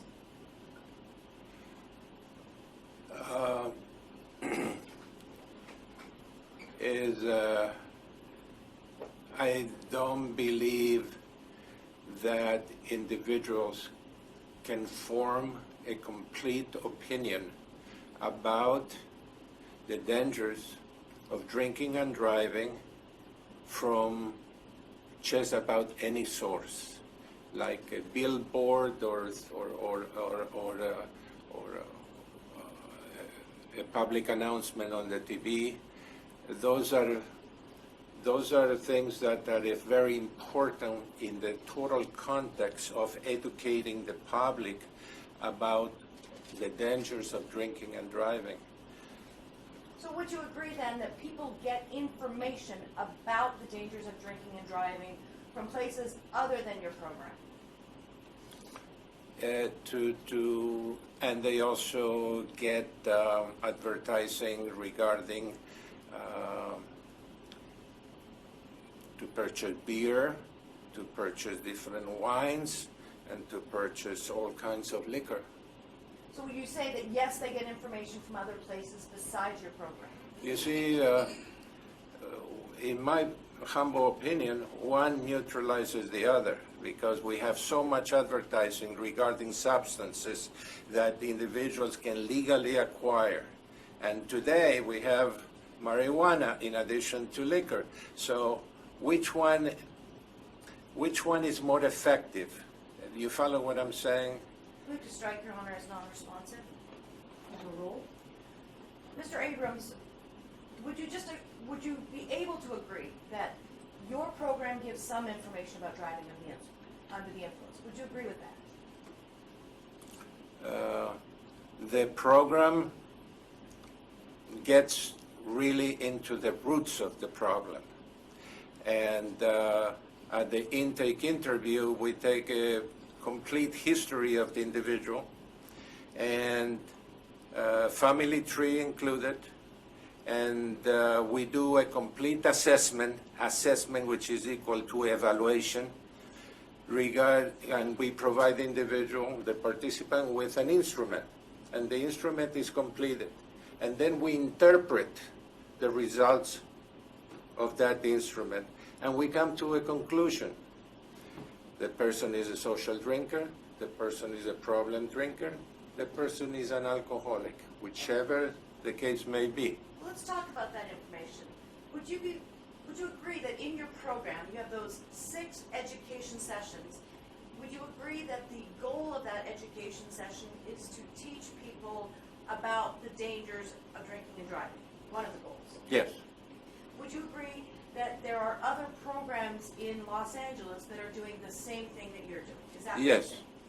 But would you say that people also can get information, let's say, from maybe a college course in substance abuse about the dangers of drinking and driving? Would you agree with that?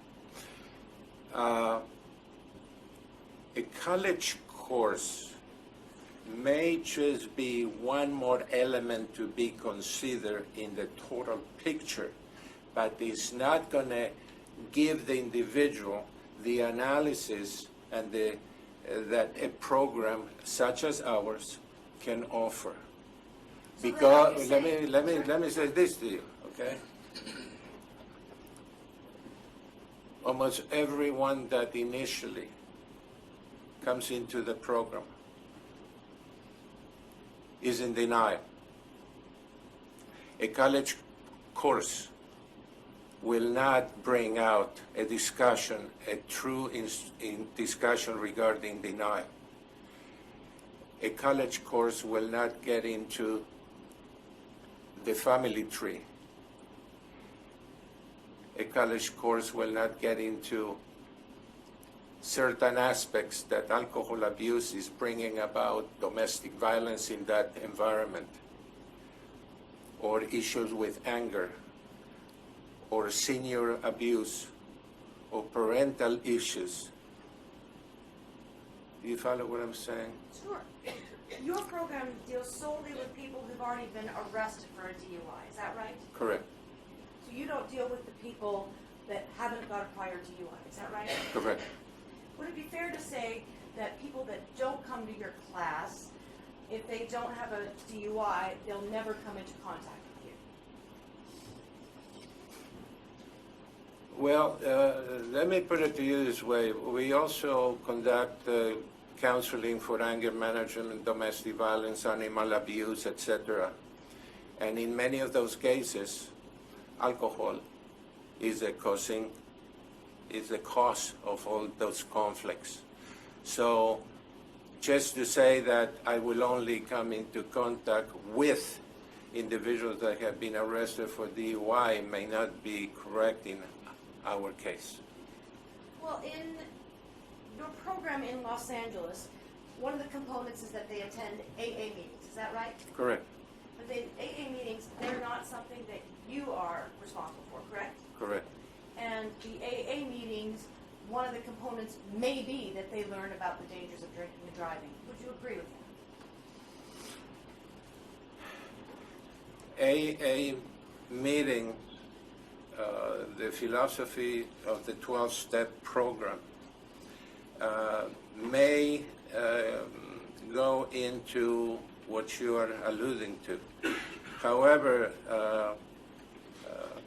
you have other modalities such as Mothers Against Drunk Driving that also make a contribution to this overall global information that is being passed on to individuals. Would you agree, though, that there's a lot of different components dealing with the dangers of drinking and driving? Would you agree with that? Not to the extent that you are implying. Well, let me clear that up. Would it be fair to say that in your program, you're dealing with an individual that's already gotten into some legal trouble? Is that fair to say? Correct.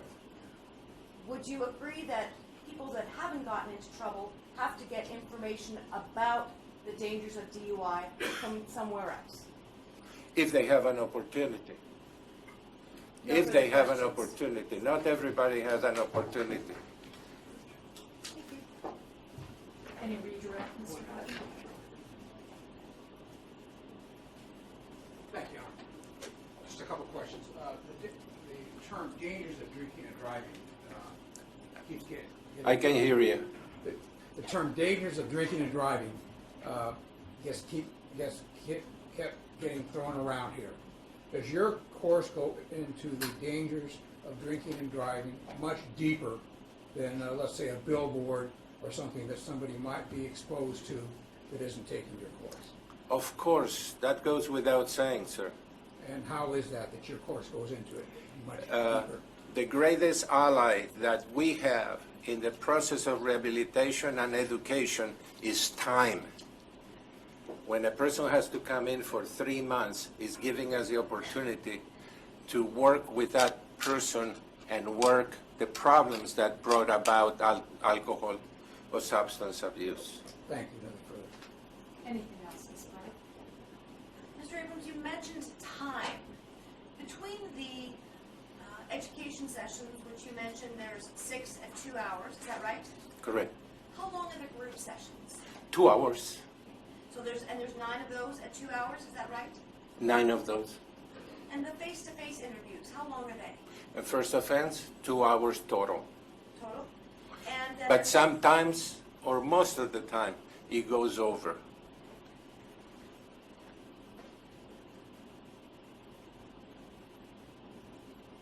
and then you also have the final interview, is that right? How long is that? That is, again, is half an hour, but it usually goes a lot longer. So would it be fair to say someone who's been in your program for the full 3 months, if they spent 12 hours in the education session, 18 hours in the group sessions, 2 hours total for the face-to-face, and then the 1 hour intake and exit interview, would it be fair to say that that's about 34 hours total? Yes, Great, thank you. No further questions.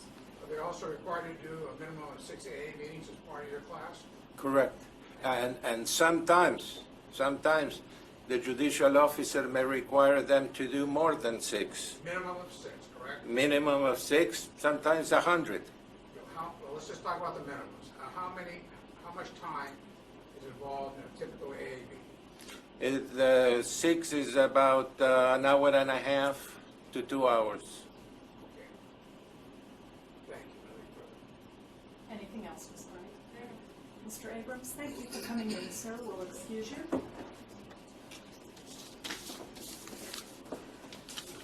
Mr. Hutton, you may call your next witness. Casey will call the next one. Defense calls Lisa Thompson. Do you solemnly state that the evidence you shall give in this matter is the truth, the whole truth, and nothing but the truth, so help you God? Please be seated at the stand.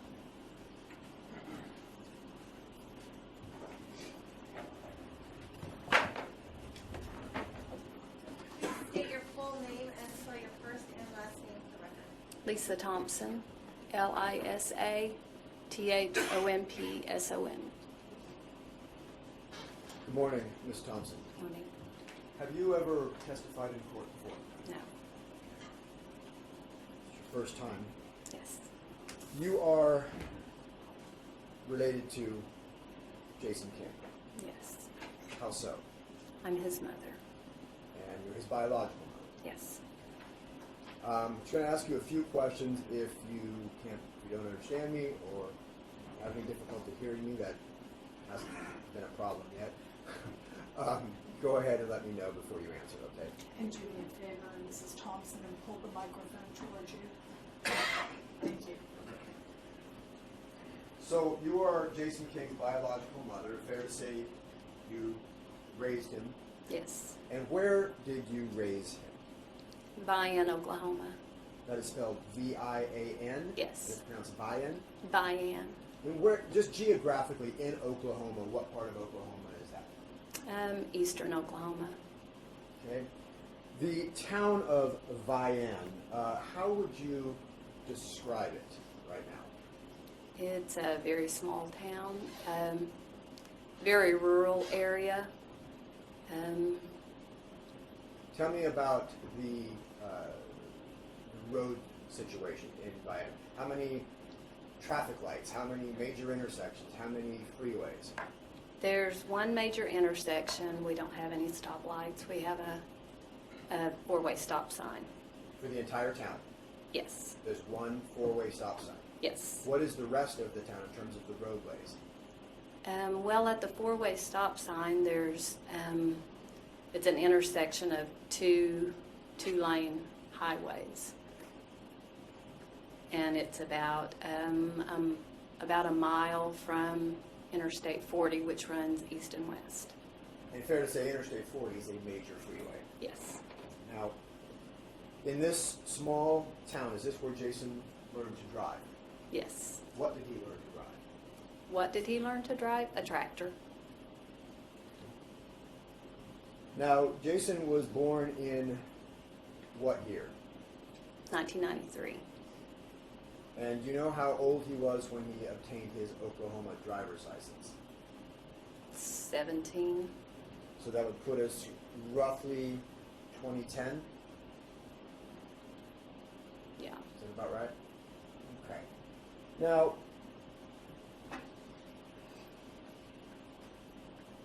the area of Vian, Oklahoma, if we were traveling, Interstate 40 runs east and west, correct? Yes. Pretty much a straight east and west. Yes. There's not a lot of ups and downs, or sometimes it's going north, and it's pretty much a straight, flat line, true? Yes. And that is really the only freeway in that geographic area. It's the major interstate. Well, you've obviously during the course of this trial been here in California. Is the freeway system there like what you've seen here in California? It's nothing like this. Well, how Our- so? Well, the traffic here is pretty overwhelming to me. We don't have 4 lanes of traffic is the most that we have near home. How about the off-ramps and on-ramps? Like if one wants to exit into Vian, Oklahoma, how many freeway exits off of Interstate 40 are there to get into Vian, Oklahoma? 1. What, for the entire city, there's one exit. Yes. Now, on that one freeway exit, you make a standard right turn to exit the Right. freeway Yes. and a right turn to exit to enter onto the freeway. Yes. That's it. Yes. Now, geographically, moving east and west, let's start from the west. What is the next town going westbound from Vian, Oklahoma? Gore, Oklahoma. Gore, Oklahoma. And about how far away is that? About 10 miles. Okay. And then if we were to put Vian at the center and go eastbound, what would be the closest town eastbound? Sallisaw, Oklahoma. Sallisaw? Yes. Could you spell that, please? Sallisaw. And about how far is that? About 10 miles. So if I understand you correctly, you have Gore, and then you have about 10 miles to Vian, and then another 10 miles to Sallisaw. True? Yes. Okay. Now, starting at Gore, I assume there's a freeway exit to get into Gore. Yes. One. Yes. Between that 10 miles from Gore to Vian, how many freeway exits are there? 1. About halfway? 5 miles? Yeah. Okay. And then after leaving Vian, going eastbound, you get to Sallisaw. How many exits are there to get into Sallisaw? There's one at the east end of Sallisaw and one at the west end of Sallisaw. And between Vian and Sallisaw, how many exits are there? 1. So within a 20-mile period, there are exits on either endpoint, approximately 5-mile intervals, correct? About that. So what does the state of Oklahoma have in terms of abilities for drivers to, say, reverse course? If one is driving westbound and says, whoa, I need to go eastbound. What does a driver do in that situation? Proceed the entire 5 miles and turn around? We have, so on I-40, you've got 2 lanes that are eastbound and 2 lanes that are westbound, and there's pretty big grassy median between those two. And about every mile or a mile and a half, there's a break in the median that you can turn across the median and go back the other direction if you need to. And you can legally turn across the median. You're not Yes. four-wheeling over a grassy median illegally. No, it's like a pathway. It's created by the government, isn't it? Yes. And they are maintained by the government, aren't they? Yes. For that sole purpose, so if somebody finds themselves going the wrong direction, they can reverse course without having to go all the distance to the next off-ramp. You could. Yes. And this is what emergency vehicles would use, Yes. correct? Is that what that's Yes. true? Okay. And those are in the center median, correct? Yes. Now,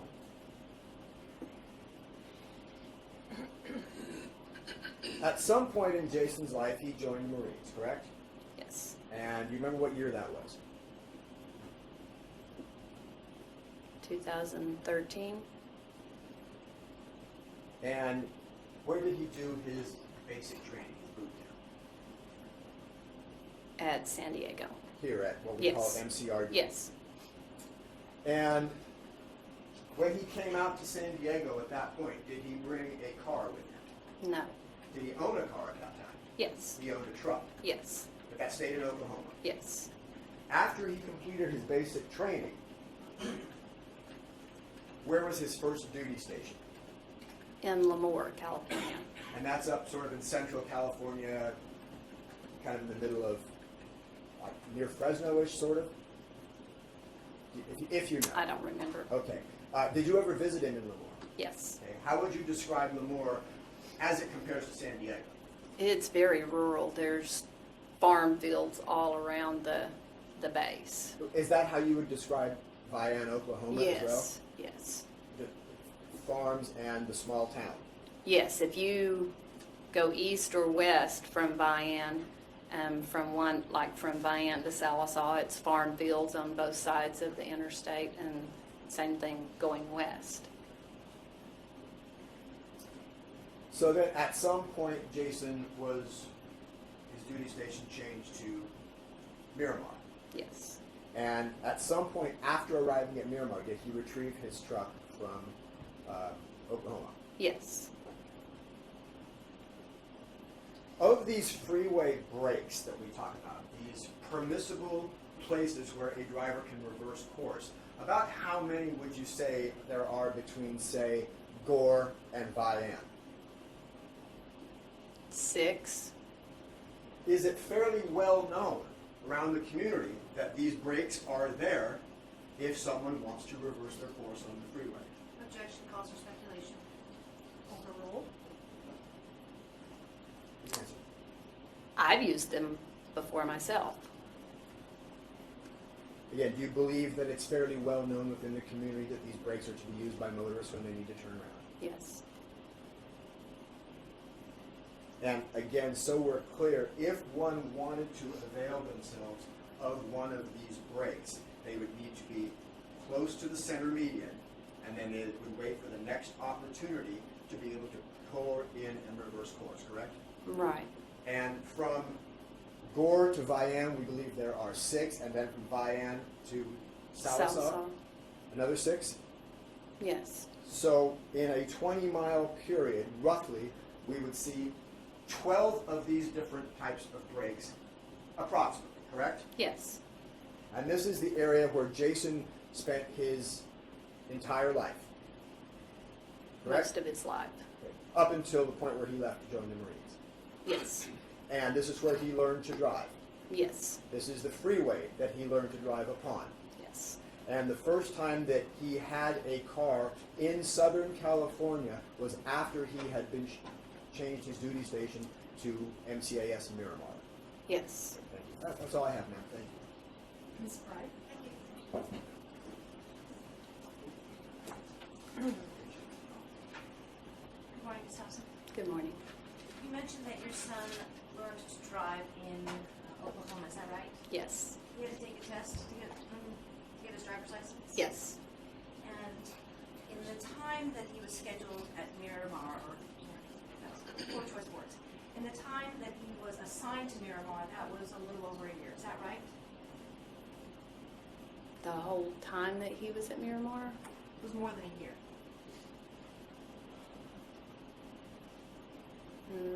Don't think so. Was it more than a couple of months? Yes. You mentioned that you believe your son joined the Marines in 2013, is that right? Yes. And there was a time that he then got sent to the duty station in Lemoore, is that right? Yes. How long was he in Lemoore?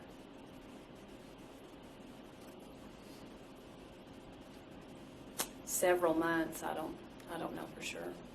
You were in court when several of your son's friends testified, is that right? Yes. You heard them say that he was assigned to Miramar in February 2014, is that right?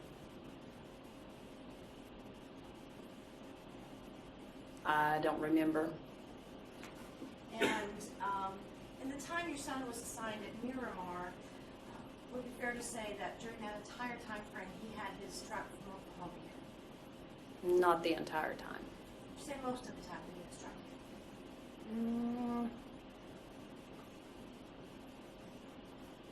here? No. Would you say more than a month or two he had his truck from Oklahoma? Yes. You were here when his friends testified that he had his truck on base for several months. He had a black truck, is that right? Yes. Was that the truck from Oklahoma? Yes. And the truck that he had from Oklahoma was then replaced by a white truck, is that right? Well, I think he had both. And when he was here assigned in San Diego, would it be fair to say that his truck was his primary mode of transportation? I don't really know. And when he was here in San Diego, would it be fair to say that driving on the freeways here had some of the same rules as via in Oklahoma? I'm sure they do. Are there any off-ramps in Bayonne, Oklahoma that you'd have to travel in order to get from the interstate? You take an off-ramp to go into Bayonne, is that fair? Yes. And would it be fair to say that if you're leaving Bayonne to go to Gore, you'd take an on-ramp to the freeway? Is that fair to say? Yes. And are there signs that actually mark the on-ramps and the off-ramps? Yes. No further questions. Any redirects, sir? Just so we're clear, on these various on and off ramps, if one wishes to exit, they exit to the right, correct? Yes. And if one wishes to enter, they proceed on from the left-hand side onto the freeway, or from the right to the left. All the exits are on the right. I guess if we would have our definition of a standard exit, one that simply exits off the freeway, and an on-ramp, one that simply enters on, is that the area in which Jason grew up and learned to drive? Would that be fair to Yes. say? Yes. Thank you, that's all I have. Mrs. Thompson, were you aware of any crashes that the defendant got into between the time he was assigned at Miramar until May the 15th of 2015? Objection, Your Honor, it's relevant to 1101. Sustained. Where's she heard? I'm sustaining the objection on relevance. At any point in time when your son was learning to drive in Bayonne, Oklahoma, did he ever get into any motor vehicle crashes? Same objection, Your Honor. Sustained. When the defendant was able to get his driver's license, did he actually have to take the test in an actual driving portion, driving exam? Is that fair? Yes. And he actually had to take a written test. Is that fair to say? Yes. Would it be fair to say that some of the written tests also dealt with following the rules of the road? Would that be fair to say? I'm sure. Thank you. Nothing further. All right. Mrs. Thompson, thank you for coming in. We'll excuse you. At one moment, please. Of course.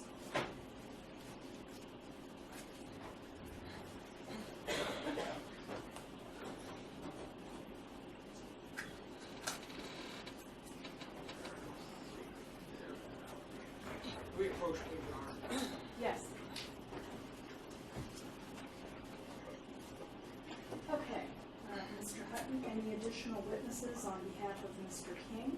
No. All right. The defense resting. Any rebuttal evidence on behalf of the people? No, Your Honor. Okay, so as we have discussed then, ladies and gentlemen, both sides having rested, we have the proposed packet of instructions, but we need to go through all of those, and the proposed verdict forms, so that will take us a while. So you get to have the afternoon off. We'll see you tomorrow morning. They have you come back at 9:15 so that we're sure we have everything good to go. We'll get right into the closing instructions and closing arguments of counsel. We'll see you tomorrow morning at 9:15 a.m.